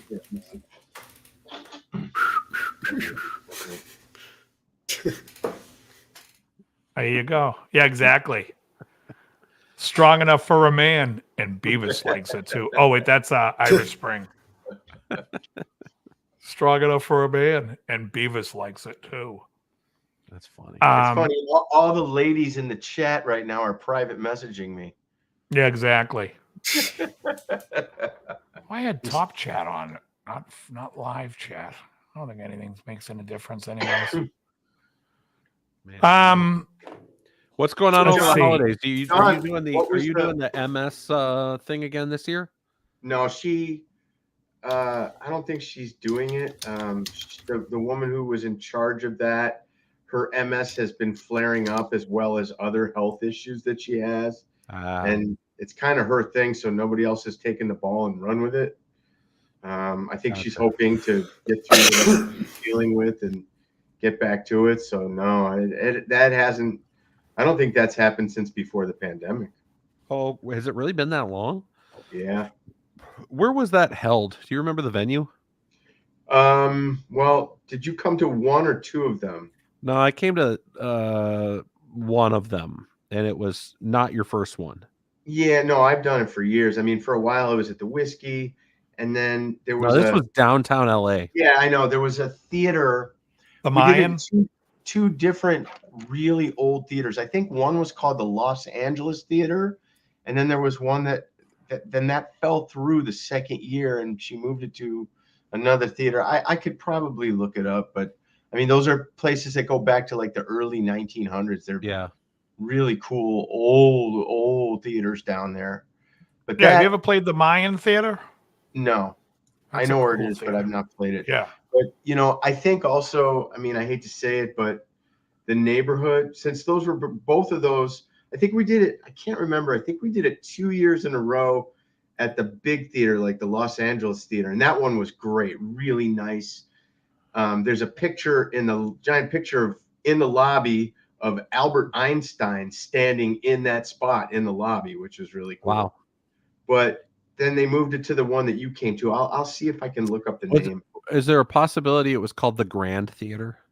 Perhaps. I'll check. I'll see if I can go back and look at my post for it. But I know that whole neighborhood, the demographic has changed quite a bit since the pandemic ended. It is not really super safe to be in that neighborhood after dark anymore, unfortunately. Oh, he knows that. That's where he gets his crack. This is true. Yeah, you know what's funny is that downtown area was really bad, and then they cleaned it up that area when they put the Staples Center in, and it kind of got okay. And now apparently it's gotten bad again. I don't think that's terribly close to Staples. Well, no, not where that is, but I mean all around on the other side of the Staples where the Mayan was, that used to be a shithole. Where's the Mayan? I played the Mayan there, and people were like, "Oh, we'll watch your car for you." I'm like, "Please don't. Please get the hell away from it." Let's see where the Mayan is. Oh, the Mayan's right down by like Ace Hotel. That's gone, by the way. They're closing it this year. What, the Mayan? No, the Ace Hotel. It's that famous downtown hotel thing. Anyway, it's gone. They're closing it this year. Yeah, I'm looking right now. Yeah, I see right where this is. The Mayan. Yeah. Yeah, that whole area is kind of overrun. Hasn't been nice in the 16 or 17 years that I've lived here. I feel like there was a point in time where they started renovating and like putting in expensive, cool lofts and stuff. Right. And it started like people were moving downtown, but then like the homeless thing like exploded around 2015. And I think whatever happened around that point in time, like it's like all that money that was going down there just disappeared. It's not there anymore. Alfie, you talking about the Hyatt House? That's like a beautiful area. That's on Sunset. Hyatt Regency area? Yeah, you know where the Hyatt is, right on Sunset. Aren't there a million Hyatt Regencies? No, the one that he's referring to is the one that's the Riot House. Yeah, right across from Sky Bar. See, this is still listing this as being at the Los Angeles Theater, but I know we changed it. There's a million places called Sky Bar, I think, right now. No, the Mondrian Hotel Sky Bar. You're talking about West LA or West Hollywood. Yeah. Okay, that's why I said it's nice up there on Sunset. Yeah, that place isn't. It's not bad. John, that venue was the Palace Theater. Oh, okay. Not the Palace on Vine in Hollywood. Right. Palace Theater. At the Pally? The Alley The local Pally. Pally. The local Pally. Theater. Come dancing. That's what they call. That's what they call the palaces at in England. The Pallies. The Alexandria Palace. They always say at the Alley Pally. Oh, it was down on. So it was just down on Broadway, and 6th. That might be right. You know what? You know what lies down there? And the Lamb. That's really close to Grand Central Market. I think that's pretty close to that. Yes. I haven't been to Grand Central Market since before pandemic. It was always. If you're gonna go during the day. Yeah. Right. Yeah. Did you ever go to Langer's Deli, Howie? Yes. They close at 5. It's like, why do you guys close so early? You don't want to be here after 5. Thank you. Oh, that's right by what's it called, MacArthur Park or whatever. Exactly. Someone left a cake out in the rain. I know that. And it took so long to bake. I think I read that they dig bodies out of the pond at MacArthur Park a couple 100%. times a year. Yeah. Yeah. Yeah, that's why they say close at 5, Langers, and they're like, you don't want to be here. That's fine. What genre does Howie play? I still love this town, though. Howie, Cheech is asking, what genre does Howie play? Both kinds, country and western. I would describe it as sort of like jacuzzi jazz. Easy listening. Both times, country and western. People ask all the time when they say that when we're setting up. They're like, what kind of music are you playing tonight? Both kinds, country and western. They're like, That's really? I'm like, no. Yeah, it's right for the Blues Brothers. Yeah, they don't even realize where you're doing it from. No, I'm doing a Blues Brother line, and they're looking at me like, what? I'm like, that's a joke. Howie, is there any online live shows of you with like maybe Jeff Scott Soto? There's so much crap if you really... Cheech, just Google him. He plays like metal, hard rock. There's a great video of Howie playing Lady Double Dealer. No, I'm kidding. But did you see Whitesnake just re-released it? No, not just. They did it a few years ago. Well, they had that Whitesnake cover out, Deep Purple cover album, and they sort of remixed it and added to it. So. What's the name of your project where you're going and doing the acoustic shows and you're playing all the 70s stuff? I just do that by myself. It's just your name. Oh, okay. So I call it the Dave Levine experience is when I exactly. It's all AM gold, right? Exactly. It's the best.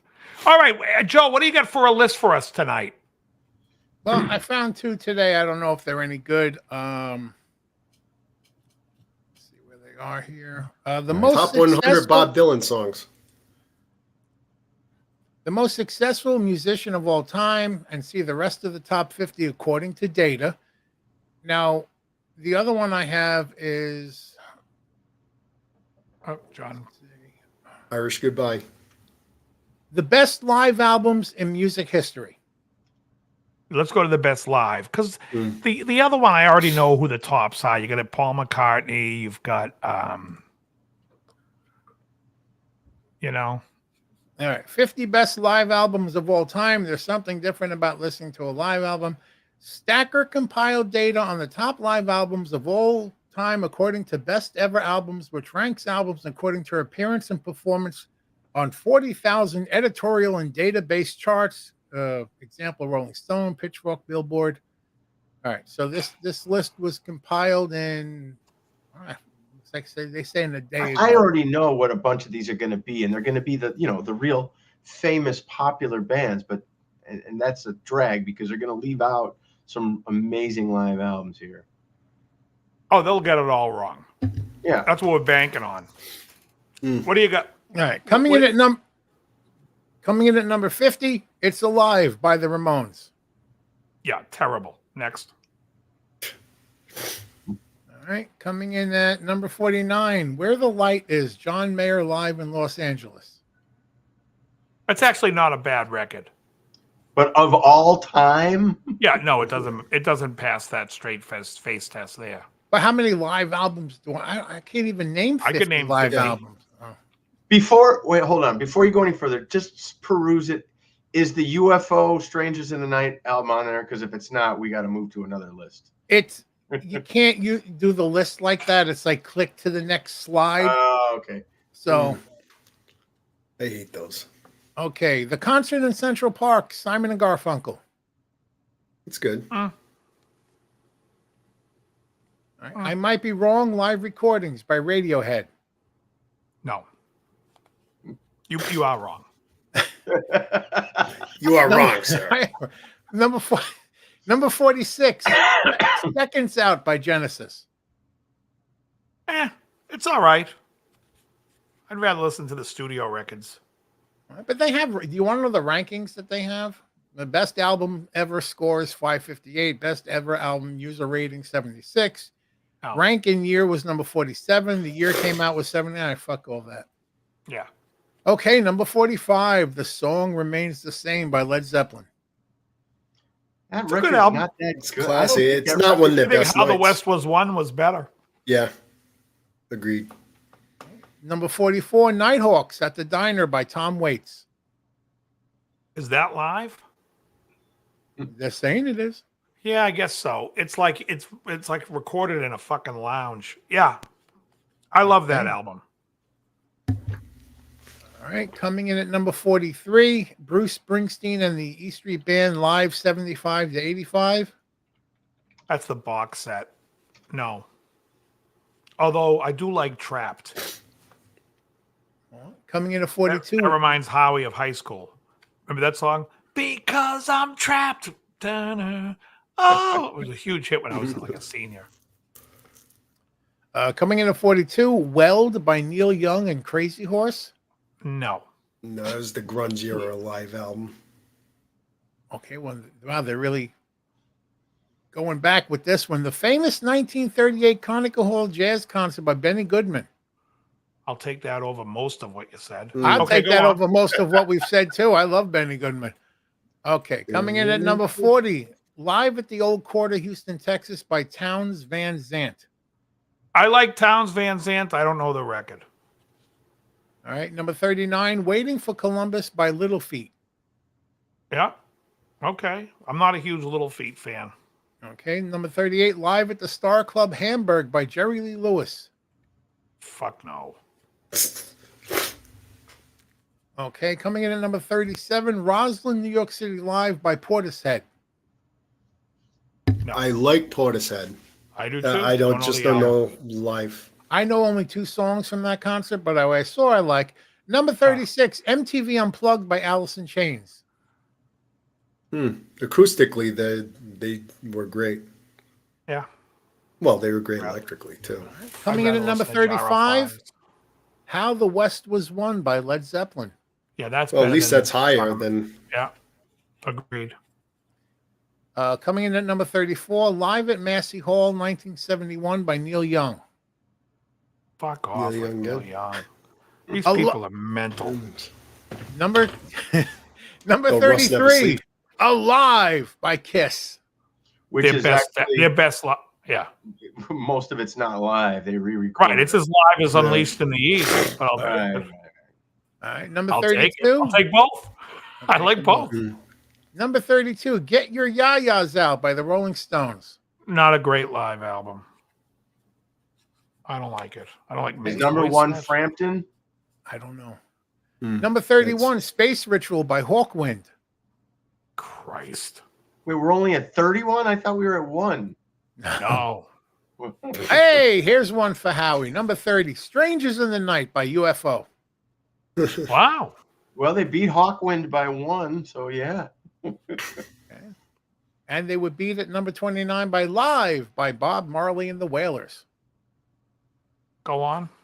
Tin Lizzy better be in here. Number 28, Alchemy by Dire Straits. Yeah, I could see that. I don't love it, but Oh, here's one for Dave. Number 27, the Bootleg Series Volume 4, Bob Dylan Live, 1966, the Roy Albert Hall Concert by Bob Dylan. yeah, it was easy to record there because it was so quiet. Number 26, At San Quentin by Johnny Cash. They're not going to have a lot of stuff that I like. Go ahead. Okay, number 25. The name of this band is Talking Heads by Talking Heads. No. Well, Stop Iron Making Maiden. Sense was their big live album. Yeah. How about Iron Maiden? Man, freaking Live After Death. Number 24, Europe 72 by Grateful Dead. Fuck them. Number 23, Live at the Harlem Square Club 1963 by Sam Cooke. I do like Sam Cooke. Great singer. Don't know the record. I'd rather listen to his recordings. All right, go on. Number 22, Live and Dangerous by Thin Lizzy. There you go. Thank you. Beat out by number 21, Rock and Roll Animal by Lou Reed. Oh, my God. That was an immediate downer. It's the shitbags that put these lists together. It's unbelievable. What day of the week? Uh-oh. Here's one for Dave. Live at the Regal by B.B. King. God. He comes out singing with a big shit-eating grin. Every day I got the blues. Why the fuck are you smiling? Every day. Every day. It's like, yeah, all right. Okay, coming in at number 19 is Frampton Comes Alive by Peter Wow, Frampton. only at 19. I think Cheech is right. Who Live at Leeds is going to be up there. I think Queen is going to be up there too. Live You Killers. think so? Live Killers? I don't love Look it. how stupid this list has been so far. Yeah, it's true. You know what should be there is the Kinks One for the Road. Because I think that live album is better than most of their 70s stuff. I'm just curious, like, was this one person that compiled this, or was there like a bunch of people fighting it out to no, fuck you, this needs to be here. No way, Lou Reed, man. Oh, Lou Reed. Can you imagine that argument? No, dude, Dylan. No, Lou Reed. Oh, And then the editor of the magazine comes. The editor of the magazine comes in. You're both right. You're both douchebags. Now you're fired. Get the hell out of here. I wish. Coming in at number 18, The Last Waltz by The Band. I don't love it. Coming in at 17, Alive 2007 by Daft Punk. Gay. Oh, coming in at 16, Live Rust by Neil Young and Crazy Horse. I saw that How coming many up. fucking times on this fucking list? Those other two are on there. You know that Oh, was coming here up. we go. Number 15, Live/Dead by Grateful Dead. Unbelievable. I could vomit. I'll take this one over all those other ones. Number 14, Ellington at Newport by Duke Ellington and his orchestra. All right. I still would rather take, honestly, Art Blakey and the Jazz Messages, the live album. I'll take that all day over on any of the other jazz stuff. Final Tap Mark II, the jazz, Fuck. fucking jazz experiment. Odyssey, Jazz Jazz Odyssey. Jazz Odyssey, yeah. Coming in at 13, Unplugged by Eric Clapton. Hate it. Layla. Hate it. Coming in at number 12 is Kick Out the Jams by the MC5. Terrible. Horrendous. Coming in at number 11, Band of Gypsies by Jimi Hendrix. Fantastic. Yeah, that's probably the best Hendrix album. In fact, it should be the one where they played all 4 performances, the box set. That's a great one. Yeah, with Isle of White, Miami. No. All 4 shows at the same venue. Oh, at the same venue. There was 4 shows for New Year's Eve in 1970. I can't really say this 69, word. 70. The number 10 is the Cone concert by Keith Jarrett. I like Keith Jarrett. Leif Garrett's on here? No, Keith Jarrett. Oh. Of course, this one had to make the list. Made in Japan by Deep Purple. Finally. Dave, Did Iron Maiden have an album called Made in Japan? Yes. Yeah. That album's terrible. But it was Maiden, Maiden, Japan. Right. Yeah, but at Paul Diano's voice live, it's like Piano, yeah. Yeah. I'm waiting for Live After Death. But Go that on. was multiple venues. Coming in at number 8 after Deep Purple is Live at Leeds by The Who. That's Great. a good I mean, record. That's great. a good record. Great. I'm I'm not not a even Who a fan, Who but that's a fan. fantastic There you album. go. Coming in at number 7, Live at the Apollo by James Brown. You're gonna get in the hot tub. Gonna make me sweat. Coming in at number 6, Stop Making Sense by the Talking Heads. The 6th greatest live album of all time are those fucking idiots. I thought this next one was a fucking joke, but they're serious. If you guys have ever heard of this, tell me. The number 5 live album is 98-12-28 Otoko Tachi no Wakari by the Fishmen. Oh, I was just playing that earlier. Yeah. Aren't you going to be touring with them? Yes. Oh my God. That's unbelievable. Here we go. Number 4, Rust Never Sleeps, Neil Young and Crazy Fucking Horse. Nope. Number 3, At the Fillmore East by the Allman Brothers Band. I knew that would be high up. It's a good record. Not great, but it's good. Whipping Post is good on that album. All right, they missed a lot of stuff they should have put on that record. They didn't. There's an extended version of this number Fillmore 1? East. No, we got number 2. Go ahead. At Folsom Prison by Johnny Cash. Yeah, we knew that. I thought you At San Quentin. No, he said that was San San Quentin. Oh, there's 2 prison albums? Oh, he was on the prison circuit. Yeah. I didn't know that either. Okay, so my guess for number 1 is Live Killers, Queen. That's gonna be. Okay. My guess for number 1. Hold on, give me a minute. And Krell, think of what you're gonna. I'm trying to. I'm gonna give you a hint. Think douchebag. I knew it's gonna be douchebag. I know it's not Queen. All right. I guess I've already lost. Neil Young? No, thank God. No. It's got to be something that's a big live album. Oh, I know what it is. You do? Did you look it up? No. It's like I don't even know what the name of the album is, but I know who the artist is. Who's the artist? I'll say yes or no. It's gonna be Michael Jackson. Oh God, no. No. I'm telling you, have a live album. Think douchebag. And I'm not calling the artist a douchebag. Think of a douchebag choice. I'll give you a hint. It's kind of a style of music that was huge and died. And a lot of the fucking guys that played it died. There you go. Nirvana, Unplugged, MTV. Mm-hmm. All right. I'm going to do this. I'm going to give my honorable mentions because yes, the hard rock. Okay. Whitesnake live in the heart of the city. Michael Schenker Group live at the Budokan. Eagles live, the first one, not that Hell Freezes Over crap, but the one 1980 live. Yes, Skinner. Yep. One More 4 from the Road. The guitar playing on that's insane. Who am I forgetting? Did I say AC/DC? If You Want Blood, You Got It. That should be on there. Unbelievable. That's what about Cheap Trick? Where's that? That's one of the most famous. That should be on there. I got 2 I want to add in. I got Iron Maiden Live After Death, personal favorite. Yeah, I mentioned that. My all-time fucking favorite live album is Alcatraz Live Sentence. I agree. That should be in there. Also, he mentioned Queen Live Killers, which I liked. The Kinks, One for the Road. Judas Priest, Unleashed and Leased. And there was another live one that I had in mind. Hold on.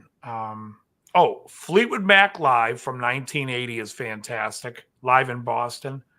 That's where the Oh Well version, the new version of Oh Well that came out when Lindsey Buckingham is singing it.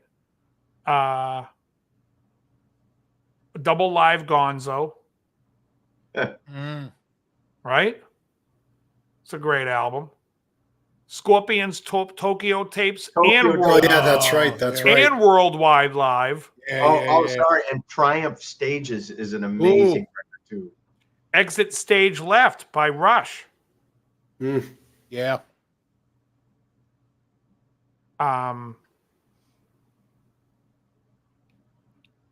Black Sabbath, Live at Last. I'll take it. Gaines, somebody said he was on fire on that. I'll fucking take Speak of the Devil by Ozzy with Brad Gillis. I'm trying to think what else was. And you know what that record is called in Europe, right? What? Talk of the Devil. A lot of people don't know that. Oh, no. I heard about that years ago. Why did they change it? I don't know. Maybe speak of the devil's an American phrase. I have no idea. Okay.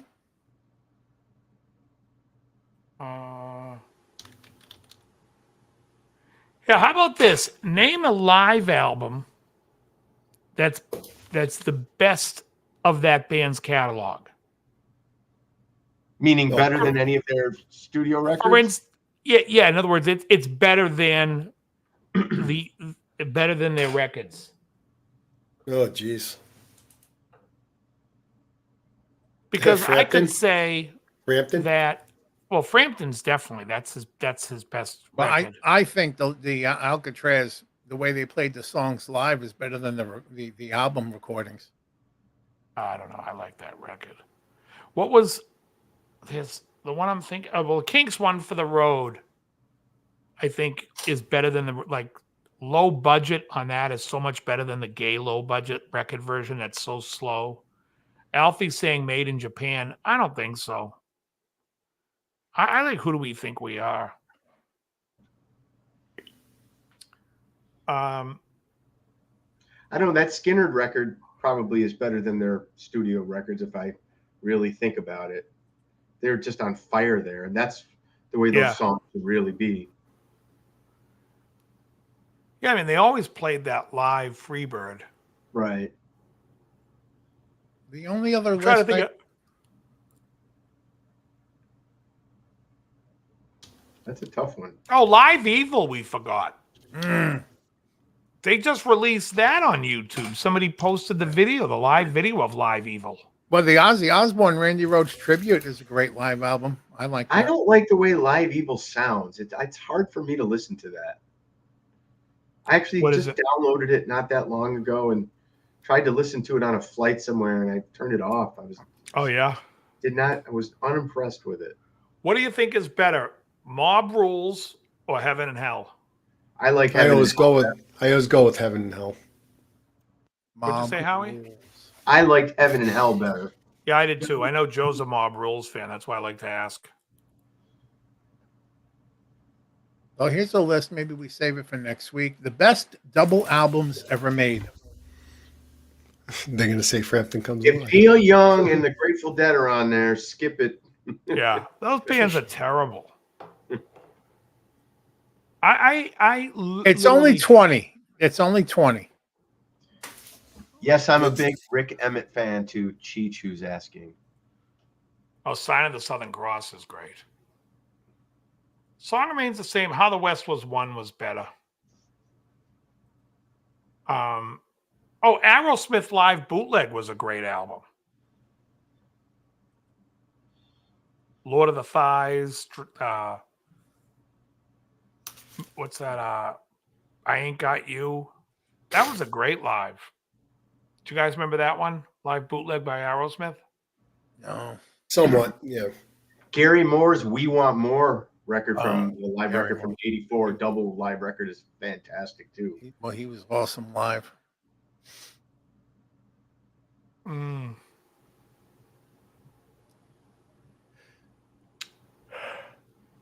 I can't even think.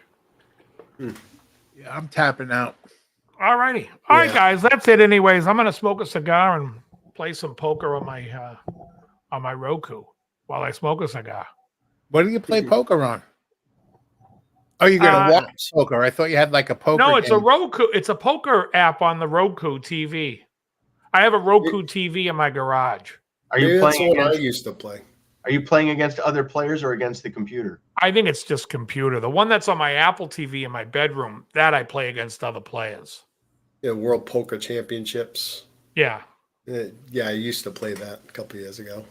That's not the name of it, but it's just called Poker. Pokerist, I think it's called Poker IST. And the one downstairs is just like a simulated.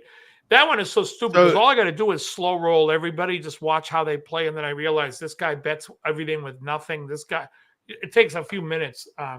Has anyone heard the Pleasure Barons live in Las Vegas? I never heard of the Pleasure Take Barons. a Letter, Maria. Didn't leave a dry eye in the house. What the hell is a Pleasure Baron? It was a series of films by Vivid back in the 90s. I was gonna say, ask Snoopy. John Stagliano Starring, presents. yeah, John Stagliano presents a Rocco John Siffredi. Leslie picture. Pleasure Baron. John Leslie. John Leslie joint. Oh my God. Starring Baron? Raquel Darian and Taylor Hayes. Raquel Darian. I knew. See, here's a guy who graduated with me. Raquel Darian and Savannah, starring in Raquel Savannah's Darian another- and her boyfriend Savannah's Derek another Lane. Savannah killed herself too. Yeah. Who else killed herself besides Savannah? No, I said so somebody mentioned a Saturday Night Live cast member killing themselves. Oh, right. Yeah. Charles yeah. Rocket. Yeah. I Megan don't Megan think Lay so, killed Al. herself too, didn't she? Who? Porn. Megan Lay. I don't know who that is. Did she? No, I You don't who remember that is. Megan Lay? I think she killed herself too. Yeah. Catholic high school. Samuel J. Bronkowitz presents Catholic high school girls in trouble. Show me your nuts. Boo. Yeah, she died of a self-inflicted gunshot wound to the head. She was 26. Who was? Megan Megan Lay. Lay. Oh yeah. I don't know who that is. Yeah. Did All John? right, guys, listen, I want to thank everybody for hanging with us tonight. I want to thank Howie Simon for joining us. Thanks to Krellbar. Thanks to Yo. Joseph. And John Bingham was here. And Bingham was here. And It was nice of Bingham to say goodbye to everybody. oh, yeah, that's how he does it. Oh, Yeah, his kid might have come in or something. Next week is what? What's next week? When's the show before? Oh, next week's the show before Christmas. And all through the house. Oh, it'll be our holiday show. Next week will be the holiday show, folks. We're giving away nothing, and you're all getting me something. That's for the people in the chat out there. Just remember.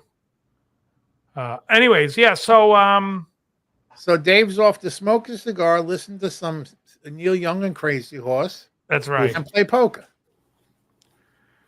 Yeah, I'm gonna go listen to. And actually, I probably, I put my gym mix on, so it's just a mix of like hard rock stuff. So next week's the 20th. It'll be the last show for before the holiday. So I won't say have a safe holiday now. And Savannah broke her nose. Yeah, she got into a car accident. I think she had a big scar or something. Or yeah, Savannah killed herself. They said she shot herself in the back of her head with her arms zip tied. I'm kidding. All right, everyone. I want to thank everyone for hanging out. We'll see you guys all next week. Where the hell's my outro? Very good. Buddy. Already.